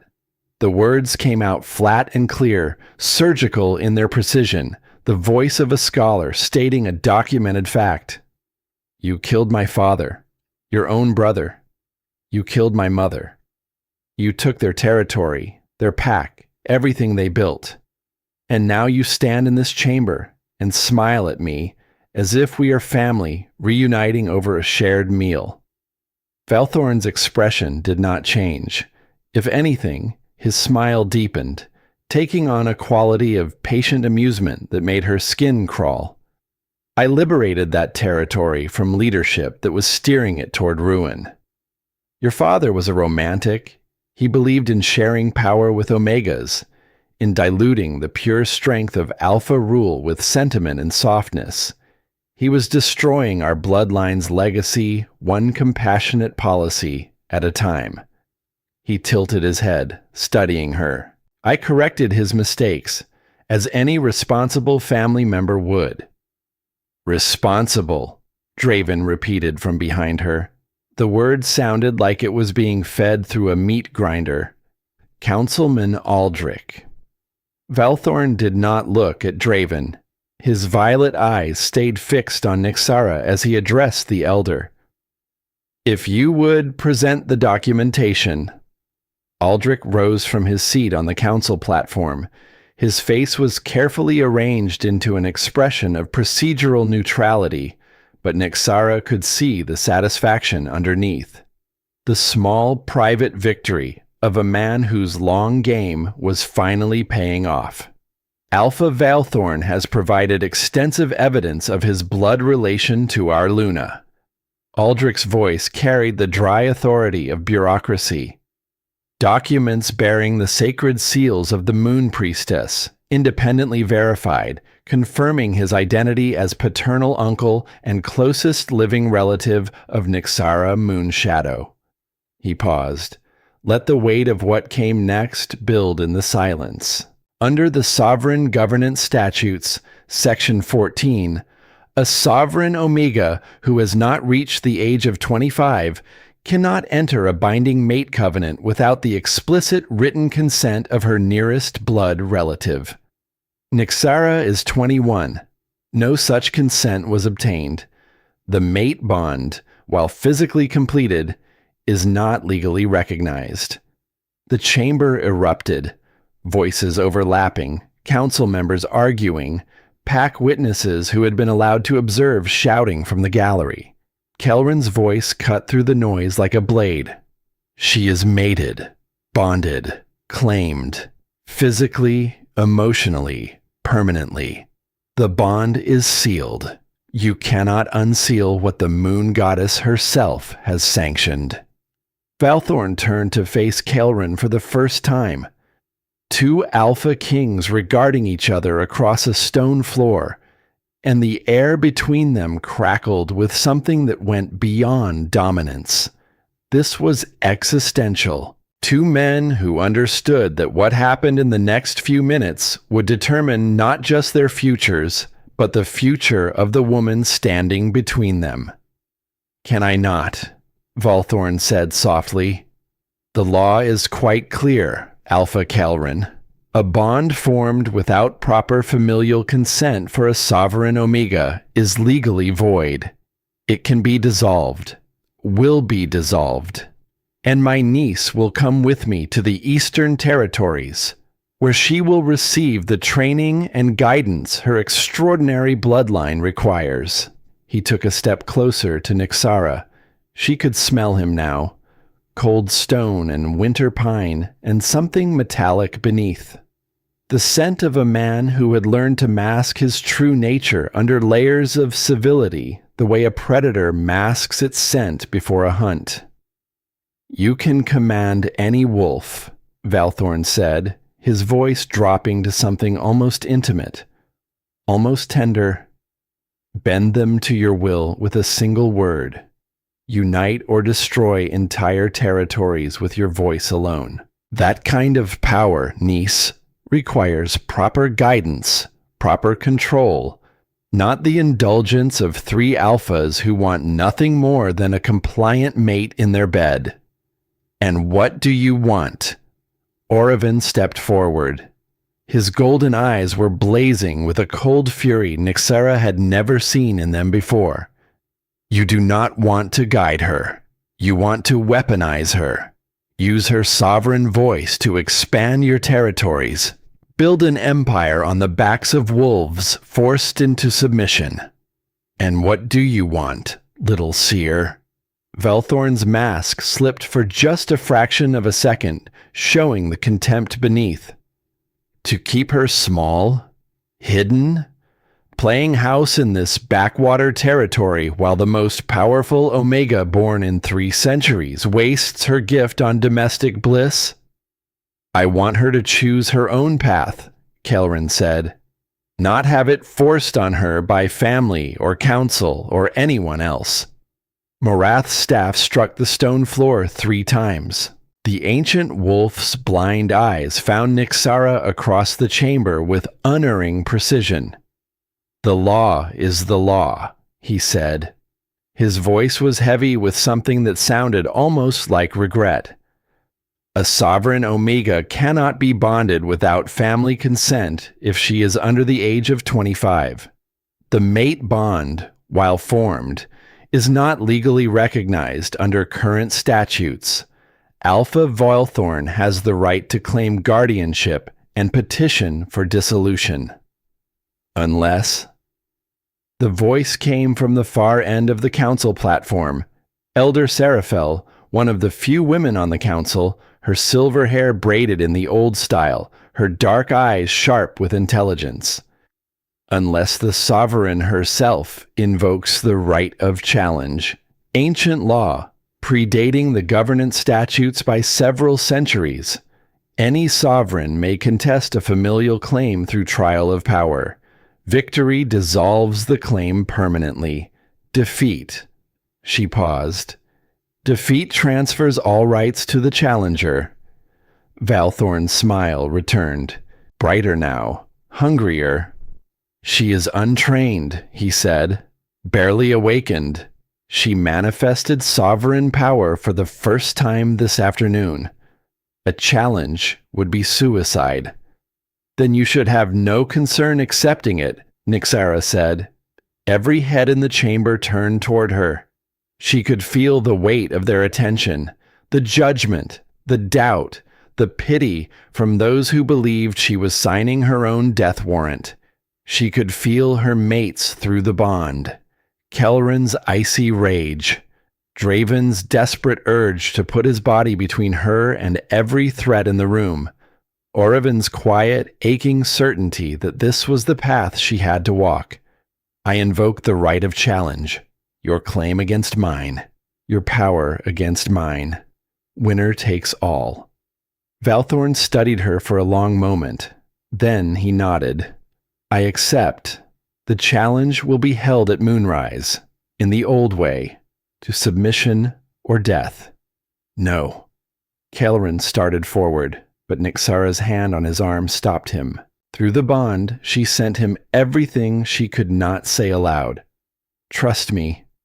I need you to trust me the way you asked me to trust you. His jaw worked, his silver eyes burned, but he stayed. This is my choice, she said. You gave me that. The freedom to choose. I choose to fight for us. For our bond. For everything we are building. Draven's hands were clenched so tight the scars on his knuckles had gone white. He will kill you. He has had decades to master his power. You have had hours. Then teach me. We have until moonrise. Teach me everything you can. And trust that when the moment comes, I will know what to do. Orevin's vision sight activated. His golden eyes went distant, pupils expanding into something vast and unfocused, looking at futures only he could see. When he returned, there was pain on his face, but beneath the pain, a fragile, stubborn hope. I see you, he whispered, standing in violet light, commanding, conquering. The path is dangerous, but you walk it, and you win. Then let us make sure of it, Nyxara said. They withdrew to a private training ground. The afternoon sun poured through the trees onto packed earth, and Nyxara stood at the center while her three mates circled her, teaching her to wield a power she had possessed for hours against an enemy who had wielded his for decades. Sovereign power was voice, Kelrin explained, command in the tone, absolute certainty in the words. When she spoke with sovereign authority, reality bent to match her will. But it cost. Draven was blunt about this. Every command drained her. Push too hard, use too many, and she would burn herself out. Possibly permanently. The sovereign gift was not a weapon with unlimited ammunition. It was a single, magnificent blade that grew shorter with every cut. So she had to be strategic. Orevin finished the thought. Choose her moments. Make every word count. Do not try to match Valthorn command for command. She would lose that war of attrition. Find another way. They drilled her for hours. Small things first. commanding stones to move across the ground, water to freeze in its bowl, a candle flame to leap and dance. Each success sent power surging through her veins, exhilarating and terrifying. Each time she pushed too far, felt the drain begin to hollow her out. Her mates were there, grounding her, channeling their strength through the bond to stabilize her. They could not give her power, but they could keep her from drowning in her own. "He will try to make you angry," Kelrin said as the sun began its descent. "Rage makes the power surge, but it makes you sloppy, predictable. You have to stay calm, centered, no matter what he says." "How?" Nyxara asked. "How do I stay calm when he is threatening everything I love, when he murdered my parents and wants to use me as a weapon?" Draven cupped her face in his scarred hands. Gently, so gently. "You remember why you are fighting. Not for revenge, not for pride. For us. For the future we are building. For the pack we will lead together. That is your center. That is your anchor." Orevan pressed his forehead to hers. Through the bond, she felt him pour something into the connection. Not power. Peace. A deep, still lake of certainty that said, "I have seen this. You survive this. You win this." "Even if he chains us," Orevan murmured. "Even if he puts us in silver and forces us to watch, we are with you through the bond. Always. In every version of every future, we are with you." The sun set.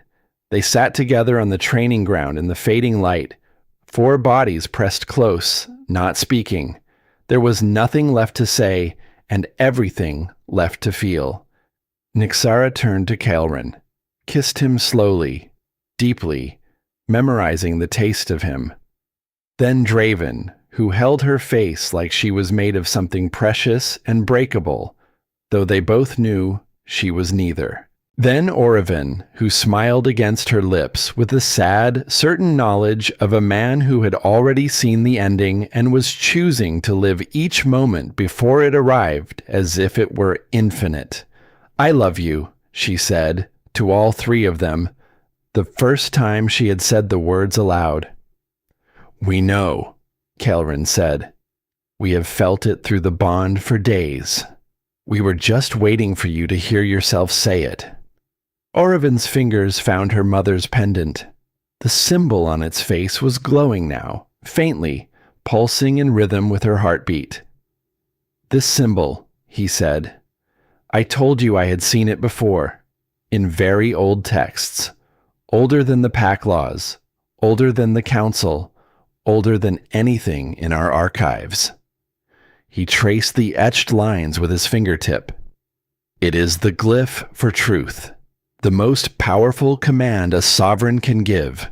Not a command to act, a command to be, to reveal, to strip away every lie and leave only what is real." Nyxara studied the pendant, the symbol she had worn against her skin since childhood. The symbol her mother had pressed into her hands before sending her into hiding. Not a decoration, not a memento. A weapon. The most powerful word in the sovereign vocabulary, hidden in plain sight around her daughter's neck for 16 years. "Remember it," Orevan said quietly. "When the moment comes, you will know what to do." The moon rose blood red over the challenge grounds. Every wolf in the territory had come to witness. The grounds were ancient, a circular arena carved into bedrock, ringed with symbols of power that glowed faintly in the crimson moonlight. Wards hummed along the perimeter, containing whatever happened inside, preventing outside interference. Nyxara stood on one side, white dress, violet eyes, sovereign marks pulsing on her skin, her mother's pendant warm against her chest. Across the arena, Valthorn wore black armor, ancient and ornate. He looked like a king from a forgotten age. Confidence radiated from every line of his body. And at the edge of the arena, Chained in silver that burned their wrists and neutralized their abilities, her 3 mates stood witness. Pack law demanded it. The challenged could not receive assistance. The sovereign must stand alone. Kelrin met her eyes across the distance. Through the bond, 1 word: steady. Draven's jaw was clenched so tight the muscles stood out like cables. Through the bond, 2 words: come back. Orevan smiled. Through the bond, 3 words: you already won.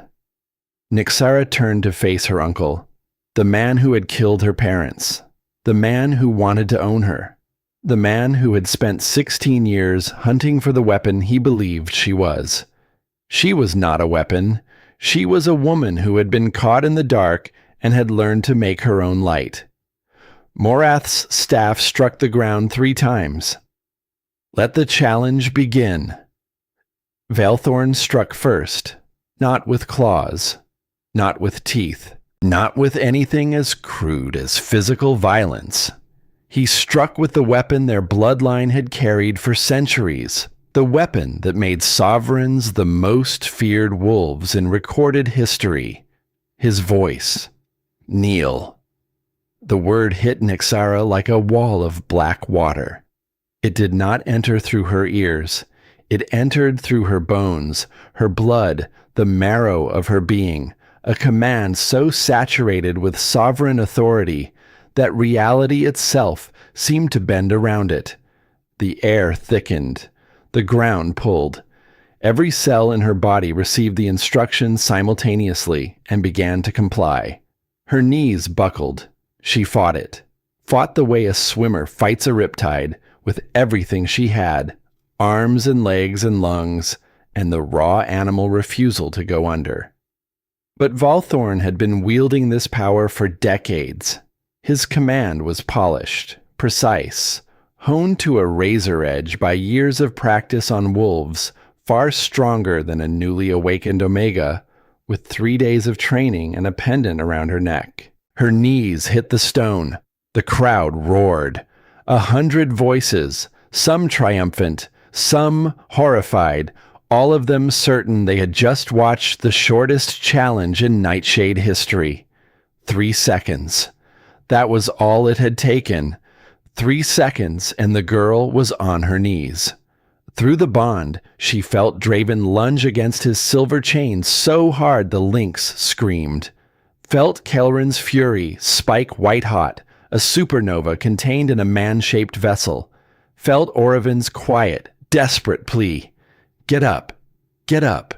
Get up. Valethorn stood over her. His shadow fell across her body like a coffin lid closing. That is where you belong, he said. On your knees, where your father belonged before I opened his throat. Where your mother belonged before she used her last breath to hide you from me like the coward she was. Nyxara's palms pressed flat against the ancient stone. The symbols carved into the arena floor were warm beneath her hands, warm in a way that stone should not be, pulsing with a faint, rhythmic glow that matched her heartbeat. And through her palms, through the skin and bone and blood, she felt something. Voices, not audible, deeper than sound, the resonance of every sovereign who had ever stood on this ground, every ancestor who had fought and bled and commanded in this exact circle. They were here, embedded in the bedrock, woven into the symbols, waiting. Not weak, they whispered, not broken, not finished. No, Nyxara said. The word was quiet, almost lost in the murmur of the crowd, but it carried something beneath it, something that made the symbols under her palms flare bright enough to cast shadows. No. Louder now. And the command was not directed at Valethorn. It was directed at her own body, at the muscles that were trying to comply with his order, at the instincts that wanted to submit, at the ancient biological programming that said kneel when a stronger sovereign speaks. She overrode it, not gracefully, not easily. She pushed herself up with shaking arms, one knee lifting, then the other, her body fighting itself with every inch of progress. It was like standing up inside a waterfall, the pressure enormous, constant, trying to flatten her back against the earth.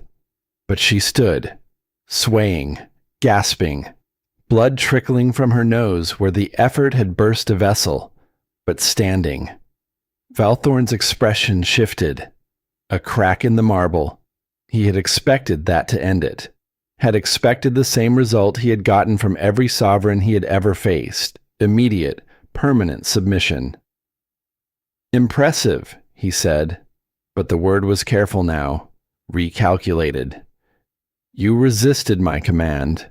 I will grant that your stubbornness exceeds your ability. But you are already spent, niece. I can see it in your breathing. One command to counter mine, and you are hemorrhaging. How many more can you sustain before the gift burns through you completely? He was right. Nyxara could feel the drain like a physical wound, as if someone had opened a vein and her power was leaking out in a slow, steady stream. The simple act of refusing his command had cost her more energy than all her training exercises combined. She could not match him, word for word, command for command. That arithmetic only ended one way. She needed a different equation.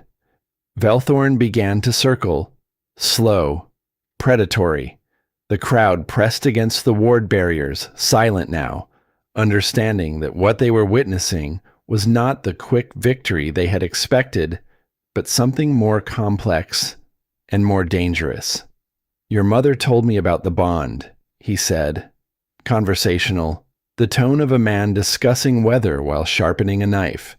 Before she died, how it works for sovereigns, how you can draw strength from your mates, use them as anchors, channel their energy to stabilize your own.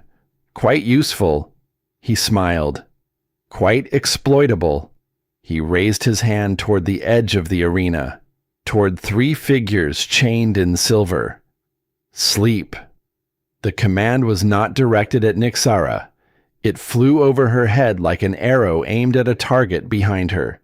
She felt it through the bond, felt the moment it connected, felt 3 simultaneous impacts like doors slamming shut. Kelrin's presence in the bond went dark. Draven's furnace heat extinguished. Orevin's gentle golden light snuffed out like a candle in a hurricane. She spun around. 3 bodies hung limp in their chains.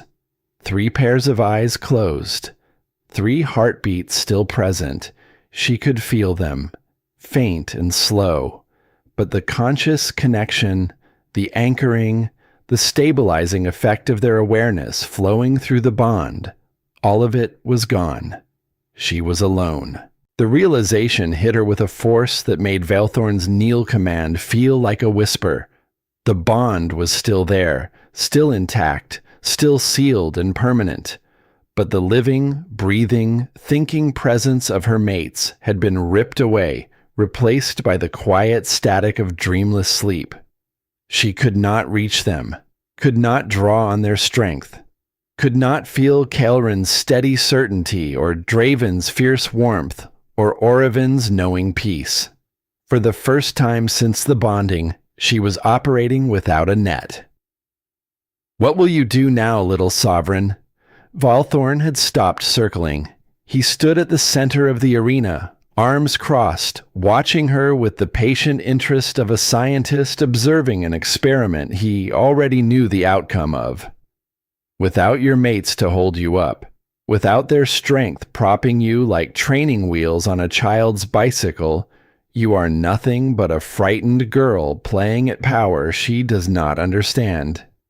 You keep calling me that, Nyxara said. Frightened girl, little niece, child. As if repetition will make it true. Is it not true? Yes, she said, and watched his eyebrows rise. I am frightened. I am young. I have had this power for a single day, and you have had yours for the better part of 4 decades. By every measurable standard, I should not be standing here, should not have survived your first command, should certainly not be capable of winning this challenge. She spread her arms. Violet light erupted from her skin. Not a command, not yet. Just power, raw and ancestral, pouring from the sovereign marks on her body in waves of purple radiance that made the ward symbols along the arena perimeter sing in harmonic resonance. The light was not calculated. It was not strategic. It was the simple, overwhelming truth of what she was, released without restraint, and it filled the arena like a second moon rising from the earth. I am Nyxara Moonshadow, she said. Daughter of sovereigns you murdered. Mate to 3 alphas who taught me that strength comes in many forms. Scholar who knows every law you have ever broken, and I am done being afraid of what I am. The light intensified. Valthorn took a step back. Involuntary. The first involuntary movement she had seen him make. Impossible, he said. You have not been trained. You do not know how to channel that much power without burning. I do not need training, Nyxara said. I need truth. The word landed in the air between them like a stone dropped into still water. And even before she spoke the command, even before she summoned the full weight of her sovereign authority, the word began to work. Because truth was not just a command in the sovereign vocabulary, it was the foundation, the bedrock on which every other ability was built. And Nyxara had been preparing for truth her entire life without knowing it. Every book she had read, every law she had memorized, every historical record she had studied, every argument she had constructed from evidence and logic, and the stubborn refusal to accept anything that could not be verified. She was a scholar, and scholars did not command with force. They commanded with fact. The truth is that you are terrified, she said, and her voice carried something now. Not the brute force of Valthorn's commands, something more precise, surgical, the sovereign equivalent of a scalpel rather than a hammer. Terrified that I will be everything my parents were, everything you could never become. A sovereign who leads with love instead of fear, who builds instead of destroys, who protects instead of conquers. She took a step forward. The violet light moved with her, a corona of purple fire that bent the shadows and made the ward symbols scream. You killed them because you knew you would never measure up, never be worthy, never be chosen by your own pack, let alone by mates who would die for you. Another step. Valthorn's back hit the edge of the ward barrier. She saw something she had not expected in his violet eyes. Not anger, not contempt. Fear. Real, genuine, bone-deep fear. The fear of a man who had spent his entire life constructing a fortress of lies and could feel the foundations beginning to crack. You do not know what you are talking about, he snarled. But the snarl was defensive, cornered. Nyxara raised her hand. The pendant against her chest blazed with light, the symbol of truth burning so bright it shone through the fabric of her dress. She felt it, felt the word building in her chest, in her blood, in the sovereign marks on her skin that pulsed in time with the ancient symbols carved into the arena floor. Generations of her bloodline, centuries of accumulated power, all of it converging on this single moment, this single word, this single truth. She spoke. Truth. The word did not move through the air. It moved through everything, through the stone beneath their feet, through the ward barriers, through the bodies of every wolf watching, through time itself, reaching backward into memory and forward into consequence. A command so fundamental that reality had no choice but to obey. Valthorn's attack faltered mid-strike.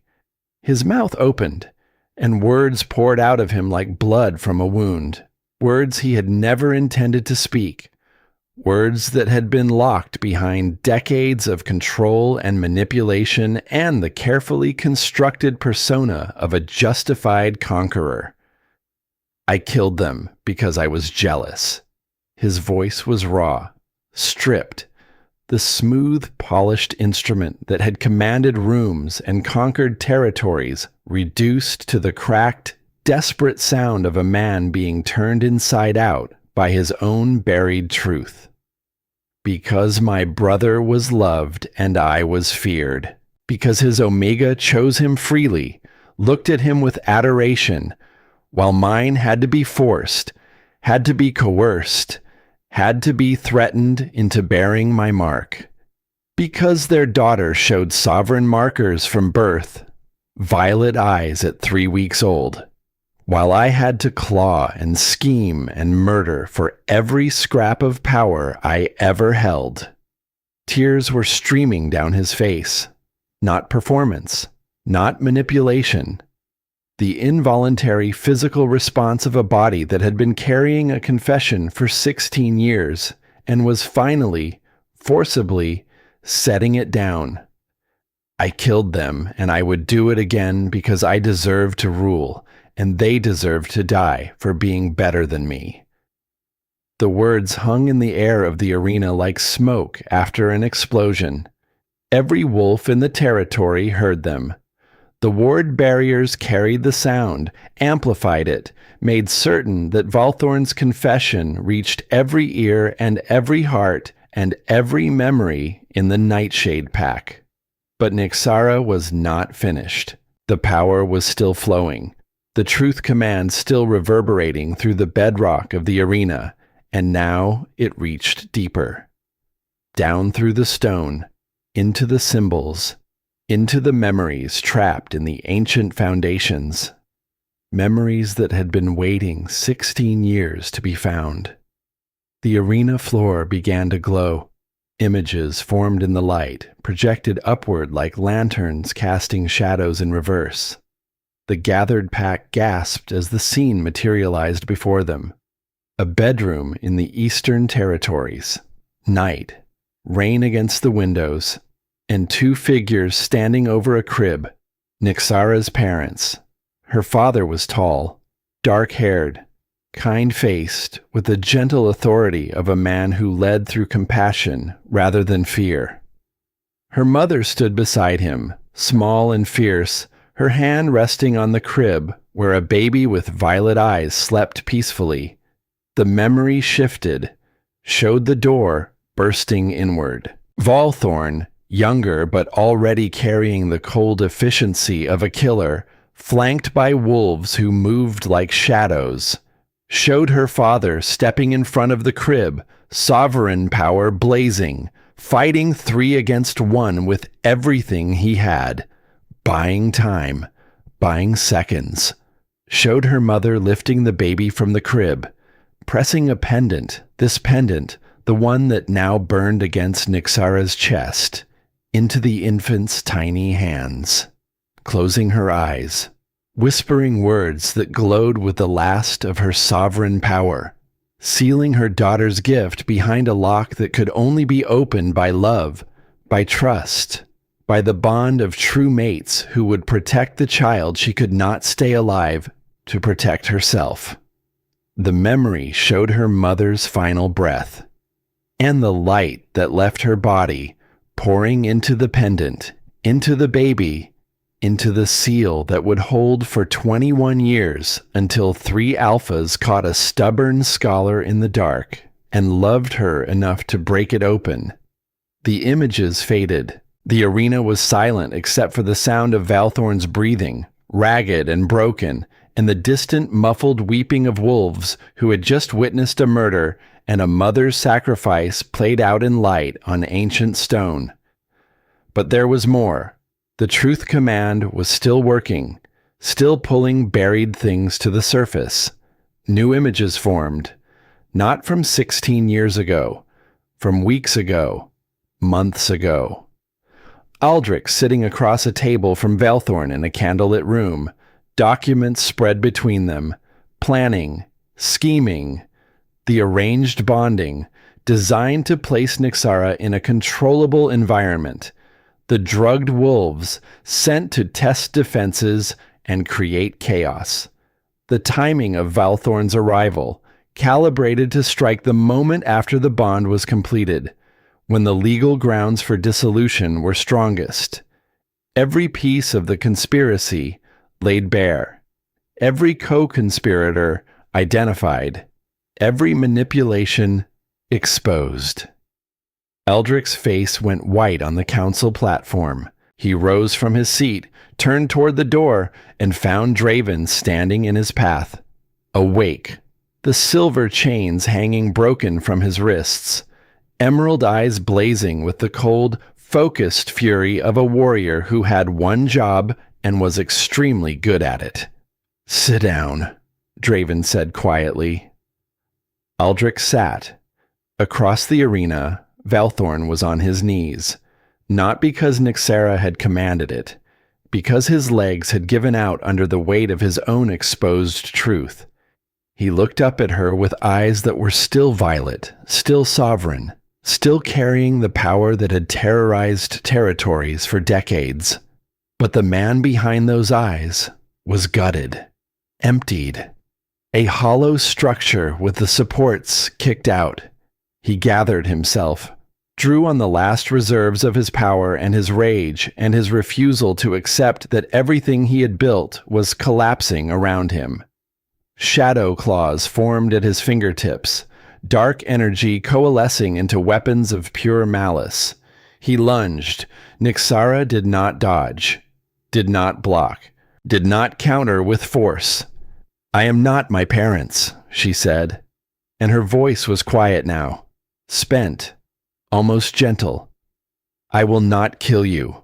I will not become what you are." She turned to the council, to Morath, whose blind eyes were streaming tears, to Seraphel, who was gripping the arms of her chair with white-knuckled hands, to the empty seat where Aldrich had sat before. Draven redirected his evening plans. The challenge is won. The truth is revealed. I claim my freedom, my bond, my right to lead as I see fit. Valthorn Moonshadow is stripped of all titles and territories. He will be exiled to the wastelands, alone, to live with what he has done. "You cannot," Valthorn screamed. He was on his feet again, shadow claws still flickering at his hands. "I demand trial by combat. I demand silence." The sovereign command wrapped around him like invisible chains. His mouth snapped shut. His voice, the weapon he had relied on for his entire life, was taken from him by the same power that ran through both their veins. He stood in the center of the arena, mute and shaking, disarmed by a single word from the niece he had spent 16 years hunting. Nyxara looked at him, this man who had shaped her entire life through his absence and his violence, who had killed her parents and hunted her and manipulated councils and drugged wolves and done everything in his considerable power to turn her into a tool for his ambition. "You wanted to teach me about power," she said, "about ruling, about what it means to be sovereign. Consider this your final lesson. True power is not in domination. It is in mercy, in choosing to be better than those who wronged you, in knowing you could destroy someone and deciding, freely and completely, not to."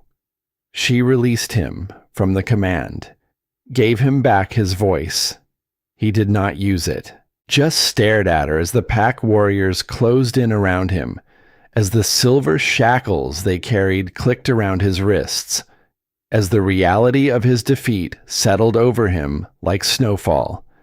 He was led past her on his way out of the arena, close enough that she could see the lines in his face, the gray in his hair, the slight tremor in his hands.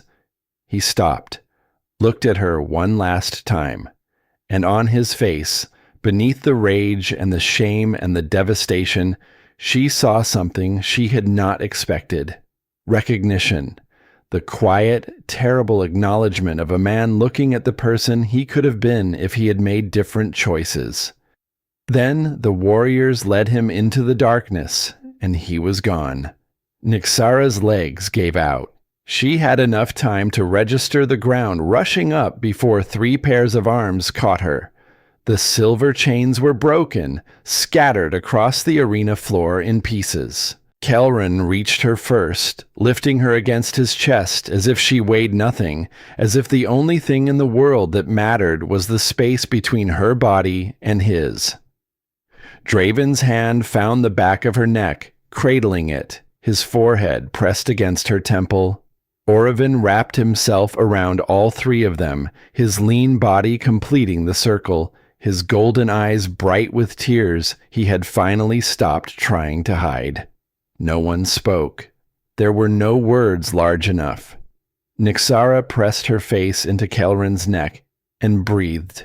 Cedar and winter night and home. Felt Draven's pulse hammering against her skin, fast and hard and alive.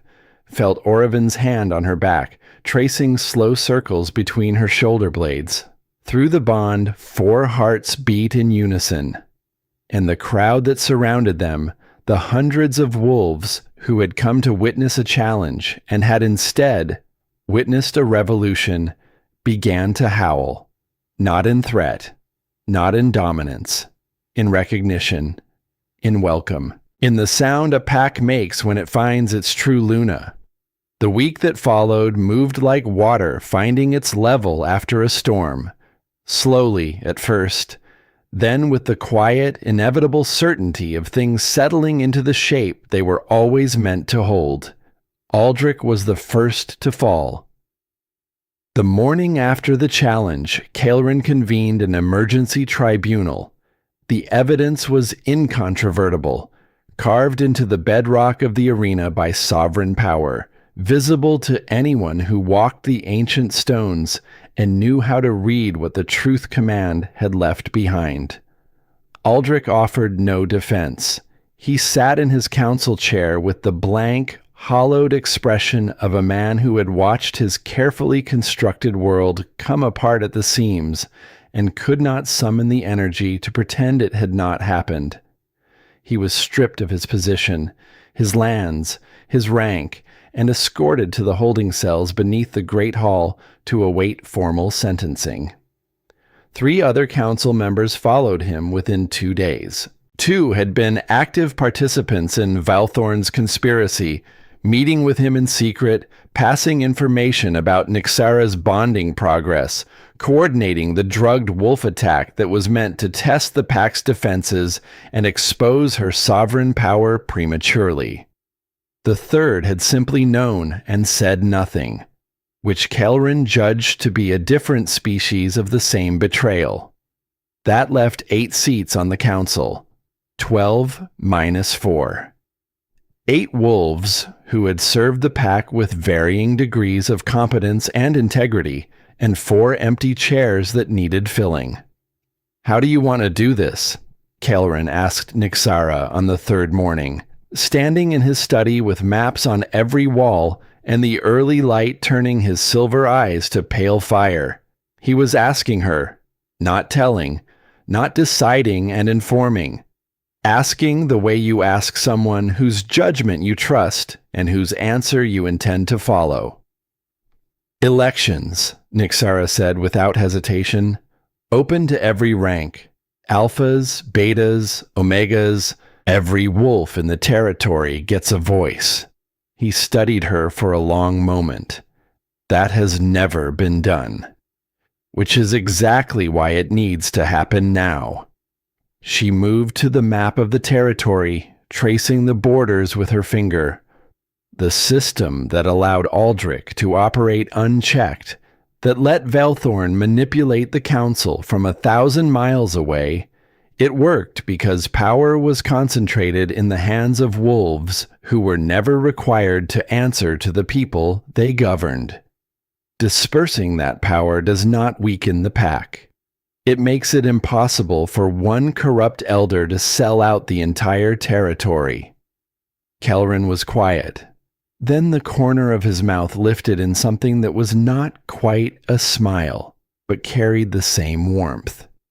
"You sound like a Luna." "I sound like a scholar who has spent years studying the ways institutions fail." She paused. "But Luna works, too." The elections took 4 days to organize. Nyxara designed the system herself, drawing on historical precedents from pacts that had experimented with representative governance centuries ago. Most of those experiments had been crushed by alpha kings who saw shared power as diluted power. But the records survived in dusty archives that no one besides a stubborn academic had bothered to read in generations, and Nyxara had read every single one. The pack responded with a kind of stunned, cautious hope. Omegas, who had never been asked their opinion on anything more significant than meal preparation, found themselves standing in voting lines beside alphas who outranked them by 3 tiers. Young wolves, who had assumed the council was as immutable as the stone it sat on, watched their parents cast ballots for the first time in pack history. The energy was electric, uncertain, fragile in the way all new and precious things are fragile. 4 new council members were seated, 2 alphas, 1 beta, 1 omega. The first omega to hold a council position in the recorded history of the Nightshade Pack. Nyxara came to find Nyxara the evening the new council was announced. She arrived at the Luna Chambers without announcement, which was either brave or reckless, given that Draven had developed a habit of answering the door with one hand casually resting on the hilt of a knife, and his emerald eyes communicating a very specific message about what happened to uninvited guests. But Nyxara stood her ground. Platinum hair pulled back from a face that had shed its courtly mask and looked, for the first time since Nyxara had met her, simply human. "I need to speak with the Luna," she said. "Privately, if she will see me." Draven looked at Nyxara. Nyxara nodded. Draven stepped aside, though his expression suggested he would be standing just on the other side of the door and listening to every word. They sat across from each other in the sitting room where, less than a week ago, Nyxara had eaten her first breakfast. As a reluctant captive of 3 alphas, she was determined to hate. The memory felt like it belonged to someone else's life. Nyxara did not waste time. "Aldrich approached me 6 months before your bonding ceremony. Told me the council was arranging a political match for Kelrin. Told me the Omega they had selected was unsuitable, lowborn, no political connections, no strategic value. He said the pack would be better served by a Luna of proper breeding. He said he could ensure the arranged bond failed if I was willing to apply pressure at the right moments." She paused. Her ice-blue eyes met Nyxara's violet ones with unflinching directness. "I agreed. I wanted Kelrin. Had wanted him since we were children training together. When Aldrich told me to challenge you publicly, to undermine your authority before the pack, I did it without questioning his motives because his motives aligned with mine." Another pause, longer this time. "I did not know about Valthorn. Did not know about the conspiracy, the murdered parents, the sovereign bloodline. Did not know that I was being used as a distraction piece in a game I could not see the edges of." "Would it have mattered?" Nyxara asked. "If you had known?" The question hung between them. Nyxara considered it for a long time, and the fact that she did not rush to answer told Nyxara more about her character than a dozen immediate reassurances would have. "I want to say yes," Nyxara said finally. "I want to believe I would have refused, but I was angry, and I was jealous, and I felt entitled to something that was never mine to claim." so I honestly do not know. And I think lying to you about it would be a poor foundation for whatever I am about to ask, which is, let me help. Not from a position of power or influence, from a position of service. She straightened in her chair. I know the nobility of this territory better than anyone alive. I know their alliances, their debts, their private grievances, the pressure points that make them move. If you are going to reform this pack from the inside out, you will need someone who understands the architecture of the old system well enough to dismantle it without bringing the whole structure down on top of the wolves living inside it. Nyxara studied her. This woman who had been her rival, her antagonist, her most public critic, who had stood in the courtyard and questioned her worth in front of 300 wolves, who was now sitting in her chambers, stripped of pretense, offering the only thing she had left, competence in service of something larger than herself. Head of the Reform Council, Nyxara said, you will answer to me directly. Your first task is a complete audit of noble holdings, identifying resources that have been hoarded while lower ranks went without. We redistribute based on need, not bloodline. Isilera blinked. Whatever she had expected, it was not this. Not authority. Not trust. Not a position that placed her at the center of the most significant restructuring the pack had ever undergone. You would trust me with that, she said. Not a question. An expression of genuine bewilderment. I would trust you to understand what is at stake if you betray that trust again, Nyxara replied evenly. And I would trust you to be smart enough not to. Something shifted in Isilera's expression. The last remnant of the polished courtier falling away, replaced by something raw and determined and, for the first time, genuinely loyal. I will not fail you, she said. Then we begin tomorrow. The coronation was held on the 7th day. Nyxara had argued against it, had told Kelrin it was too soon, too ceremonial, too much pageantry for a pack that was still processing the revelations of the challenge arena. Kelrin had listened to every objection with the patient attentiveness of a man who had learned that his mate's mind was the sharpest weapon in the territory, and then he had told her, with equal patience, that she was wrong. They need this, he said. Not the ceremony, not the crown. They need to see you choose it. They watched you fight for the bond. They watched you defeat Valthorn. They watched you show mercy to a man who deserved none. Now they need to see you stand in front of them and accept the responsibility that comes with all of it. They need to know that you are staying, not because the bond compels you, not because the law requires it, because you want to be here. He was right. She hated when he was right. She also loved it, which was a contradiction she had stopped trying to resolve. The grand hall was transformed. Gone were the cold stone severity and the torch-lit shadows of the night she had been dragged here in a white dress and bare feet. The space blazed with light, candles and lanterns, and the soft violet glow of sovereign symbols that had been painted on the walls by the pack's artisans in the days following the challenge. Flowers lined the central aisle, wildflowers from the territory's meadows. Nothing cultivated, nothing forced, just the natural abundance of a land that was, for the first time in years, being allowed to flourish.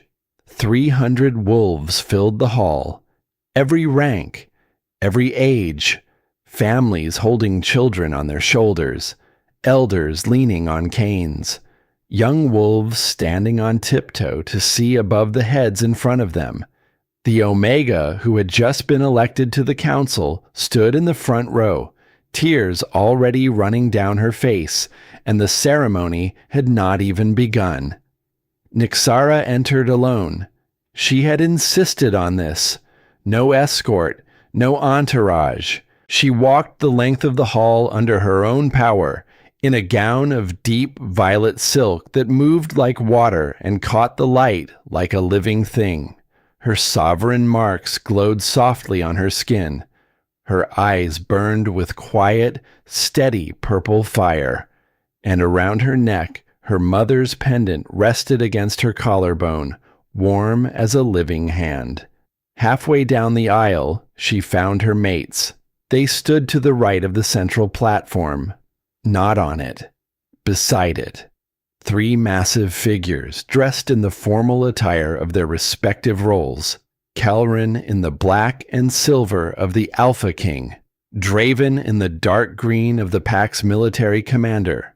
Oriven in the deep gold of the chief advisor. They were not ahead of her. Not behind her. Beside. Kelrin caught her eye as she passed. Through the bond, he sent a single emotion. Pride so vast and so uncomplicated that it filled the entire connection and left no room for anything else. Draven's jaw tightened when he saw her, not with anger, with the particular expression of a man who was trying very hard not to cry in front of 300 people and was not entirely confident he would succeed. Oriven smiled. That smile, the one that said, "I saw this. I saw this years ago. And the reality is more beautiful than anything I ever imagined." Nyxara climbed the 3 steps to the platform and turned to face the hall. Morith stood at the center, his ancient body supported by his staff, his blind eyes streaming tears that he made no effort to hide. "We gather," he said, and his voice carried the weight of centuries, not to bestow power. Power was given to this woman by blood and by the moon goddess and by her own indomitable will. We gather to witness her choice, to recognize what has already been proven, and to pledge ourselves to the future she will build. He turned to Nyxara. "Nyxara Moonshadow, do you accept the title of Luna? Do you accept the responsibility of leadership? Do you accept the burden of protecting this pack with all the power you possess?"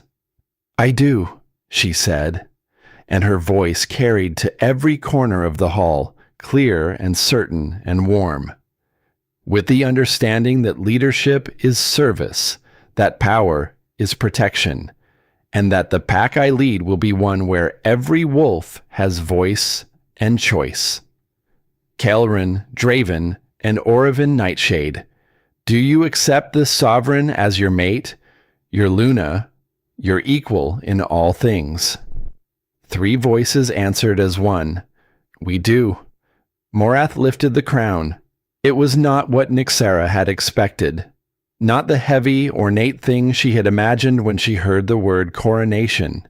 It was silver, delicate, wrought in flowing lines that suggested wind and water and growing things. Set into its center, a single violet stone that pulsed with inner light. And around the stone, etched into the silver with a precision that could only have been achieved by sovereign hands, a symbol, the same symbol that was etched into her mother's pendant. Truth. Nyxara's breath stopped. She looked at Morath, who could not see her expression but could clearly sense her reaction, because his lined face softened into something that was almost a smile. "This crown was crafted 3 centuries ago," he said, "by the last sovereign to rule in these territories. It was lost when the sovereign bloodlines were believed to have been destroyed, recovered from Valthorn's stolen holdings, returned to its rightful heir." He placed it on her head, and power moved through the hall. Not force, not command. Something more like a shift in atmospheric pressure, a collective inhale, the feeling of a key turning in a lock that had been frozen for generations. The mate bonds flared visible for a single, blazing moment. 3 lines of violet light connecting Nyxara to each of her alphas, and through those connections, flowing outward, touching every wolf in the hall. The warmth of it. The promise. I present to you, Morath's voice rose, trembling with an emotion that 300 years of stoic judicial service had not prepared him for. Nyxara Nightshade, Sovereign Luna, bonded mate, Queen of the Nightshade Pack. The howl that rose from 300 throats shook dust from the rafters. It was not a sound of submission. It was a sound of recognition, of welcome, of a pack that had been waiting, without knowing it was waiting, for exactly this. Nyxara descended the platform and walked to her mates, 3 steps, the longest and shortest walk of her life. Kael'run's arms opened and she stepped into them, felt his chin rest on the crown of her head, felt the vibration in his chest as he struggled to contain everything he was feeling and failed. "Thank you," she whispered against his throat, "for seeing me, for choosing me, for giving me the space to choose you back." He pressed his lips to her forehead, held them there for 3 heartbeats, said nothing because the bond said everything. Draven's hand found hers, scarred fingers threading through hers and holding on with the particular grip of a man who had finally found the thing worth living for and would not be letting go any time in this or any subsequent lifetime.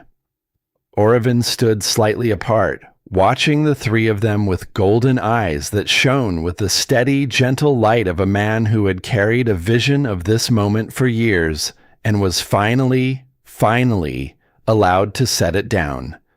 Nyxara reached for him, pulled him into the circle, felt the bond complete itself as all 4 of them touched, a closed circuit of love and power and trust that hummed in the air around them like music played on instruments that had just been invented.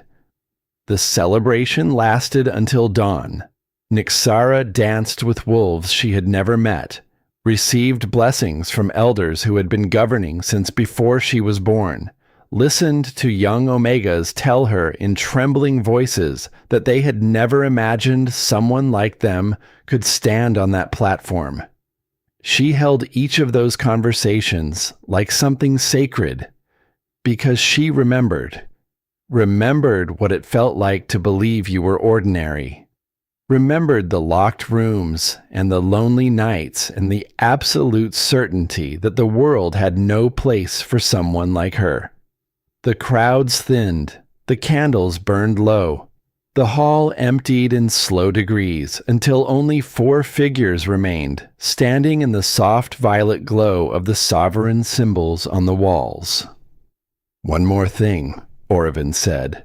He produced a small object from inside his coat, leather bound, ancient. The binding cracked and dark with age, the pages inside yellowed and fragile, the kind of artifact that Nyxara, the scholar, would normally have handled with gloves and reverence and a magnifying glass. "We found it among Valthorn's possessions," Orevan explained. "Hidden in a compartment in his armor. He has been carrying it for 16 years. Nyxara took the journal. The leather was warm in her hands, warmer than it should have been, as if it had been waiting for her touch. She opened the cover, and the handwriting on the first page knocked the breath from her lungs. Her mother's handwriting. Small, precise, elegant. The penmanship of a woman who believed that words mattered enough to form each one with care. She read standing up, then sitting, because her legs would not hold her. Kael'run lowered himself to the floor beside her, Draven on the other side. Orevan behind, his chin resting on her shoulder, reading along with her. The journal was a life compressed into pages, stories of her childhood that she had no memory of, descriptions of her first laugh, her first steps, The first time her eyes had flashed violet at 3 weeks old, and her father had wept with joy and terror. Explanations of the sovereign bloodline, its history, its responsibilities, its dangers.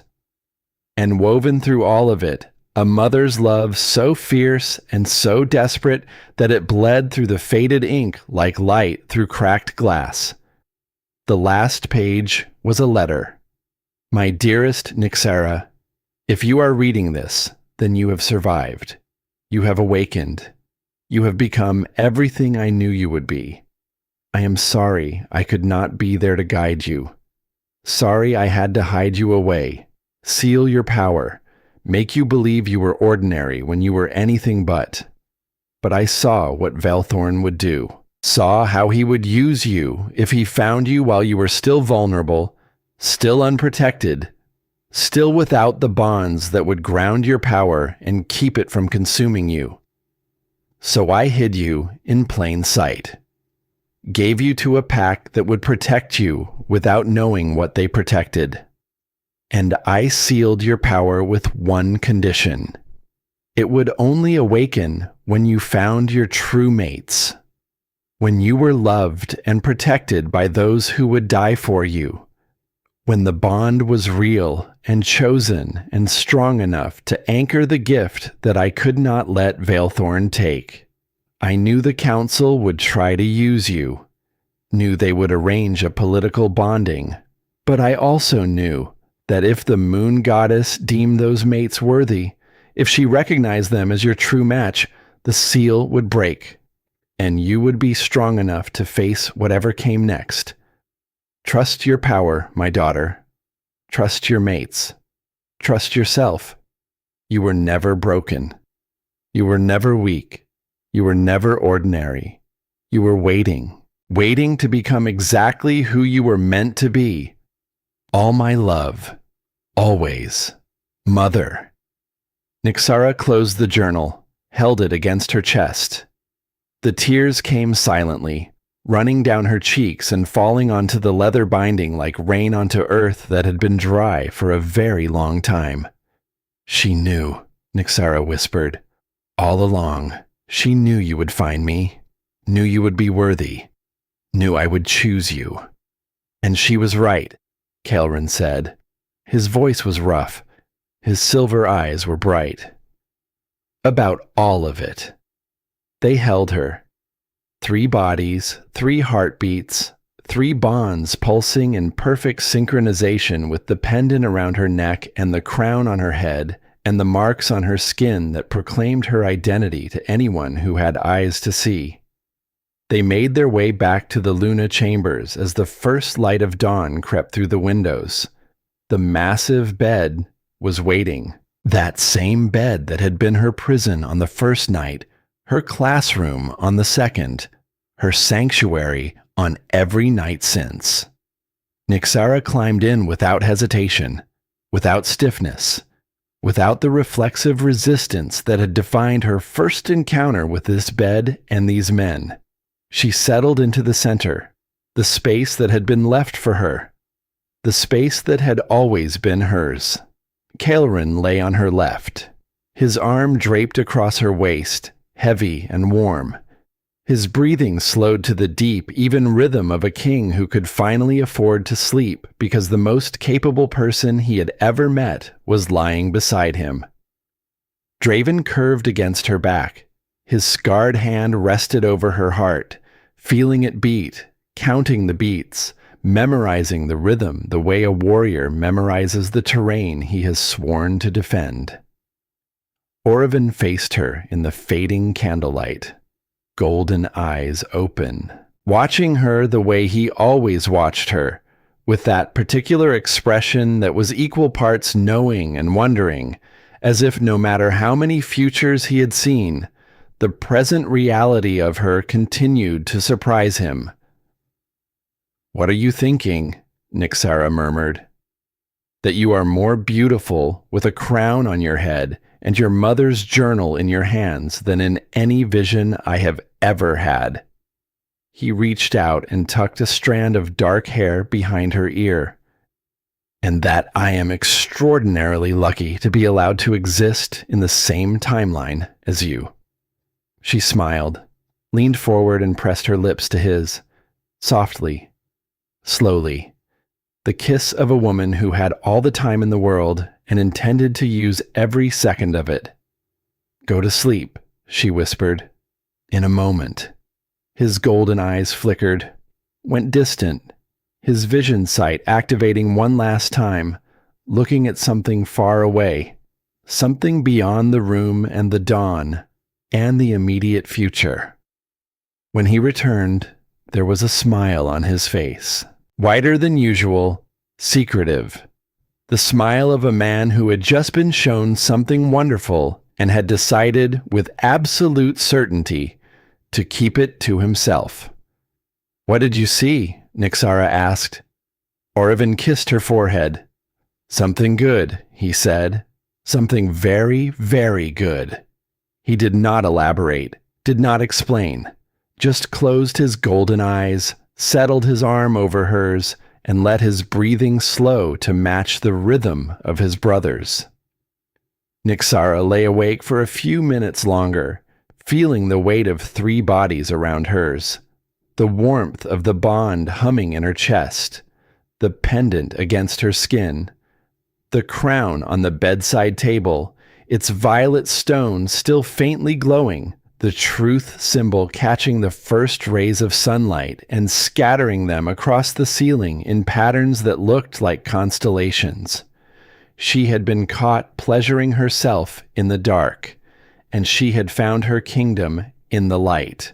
The Omega who ran from her bonds had learned the truth that her mother had known all along, that her mates had shown her night after night, that the pack had proclaimed with a howl that shook the foundations of the hall, that some chains were actually wings, that some prisons were actually sanctuaries, that being caught by the right wolves was not capture, it was freedom. She would spend the rest of her days making certain that every wolf in her territory understood this, that they could choose, that they could fight, that they could be knocked to their knees and stand back up, that they could be caught in the dark and still find their way to the light. The moon set, the sun rose, and in the Luna chambers of the Nightshade Pack, 3 alphas and 1 sovereign Omega slept wrapped around each other, breathing in unison, dreaming in concert, bound by choice and sealed by truth. And the future Orevan had seen but would not speak of stirred in the distance like the first green shoot of spring pushing through frozen ground. Something was coming, something good, something that would make everything that had come before, the pain and the fear and the running and the fighting and the falling and the choosing, worth it 1,000 times over. But that was a story for another day.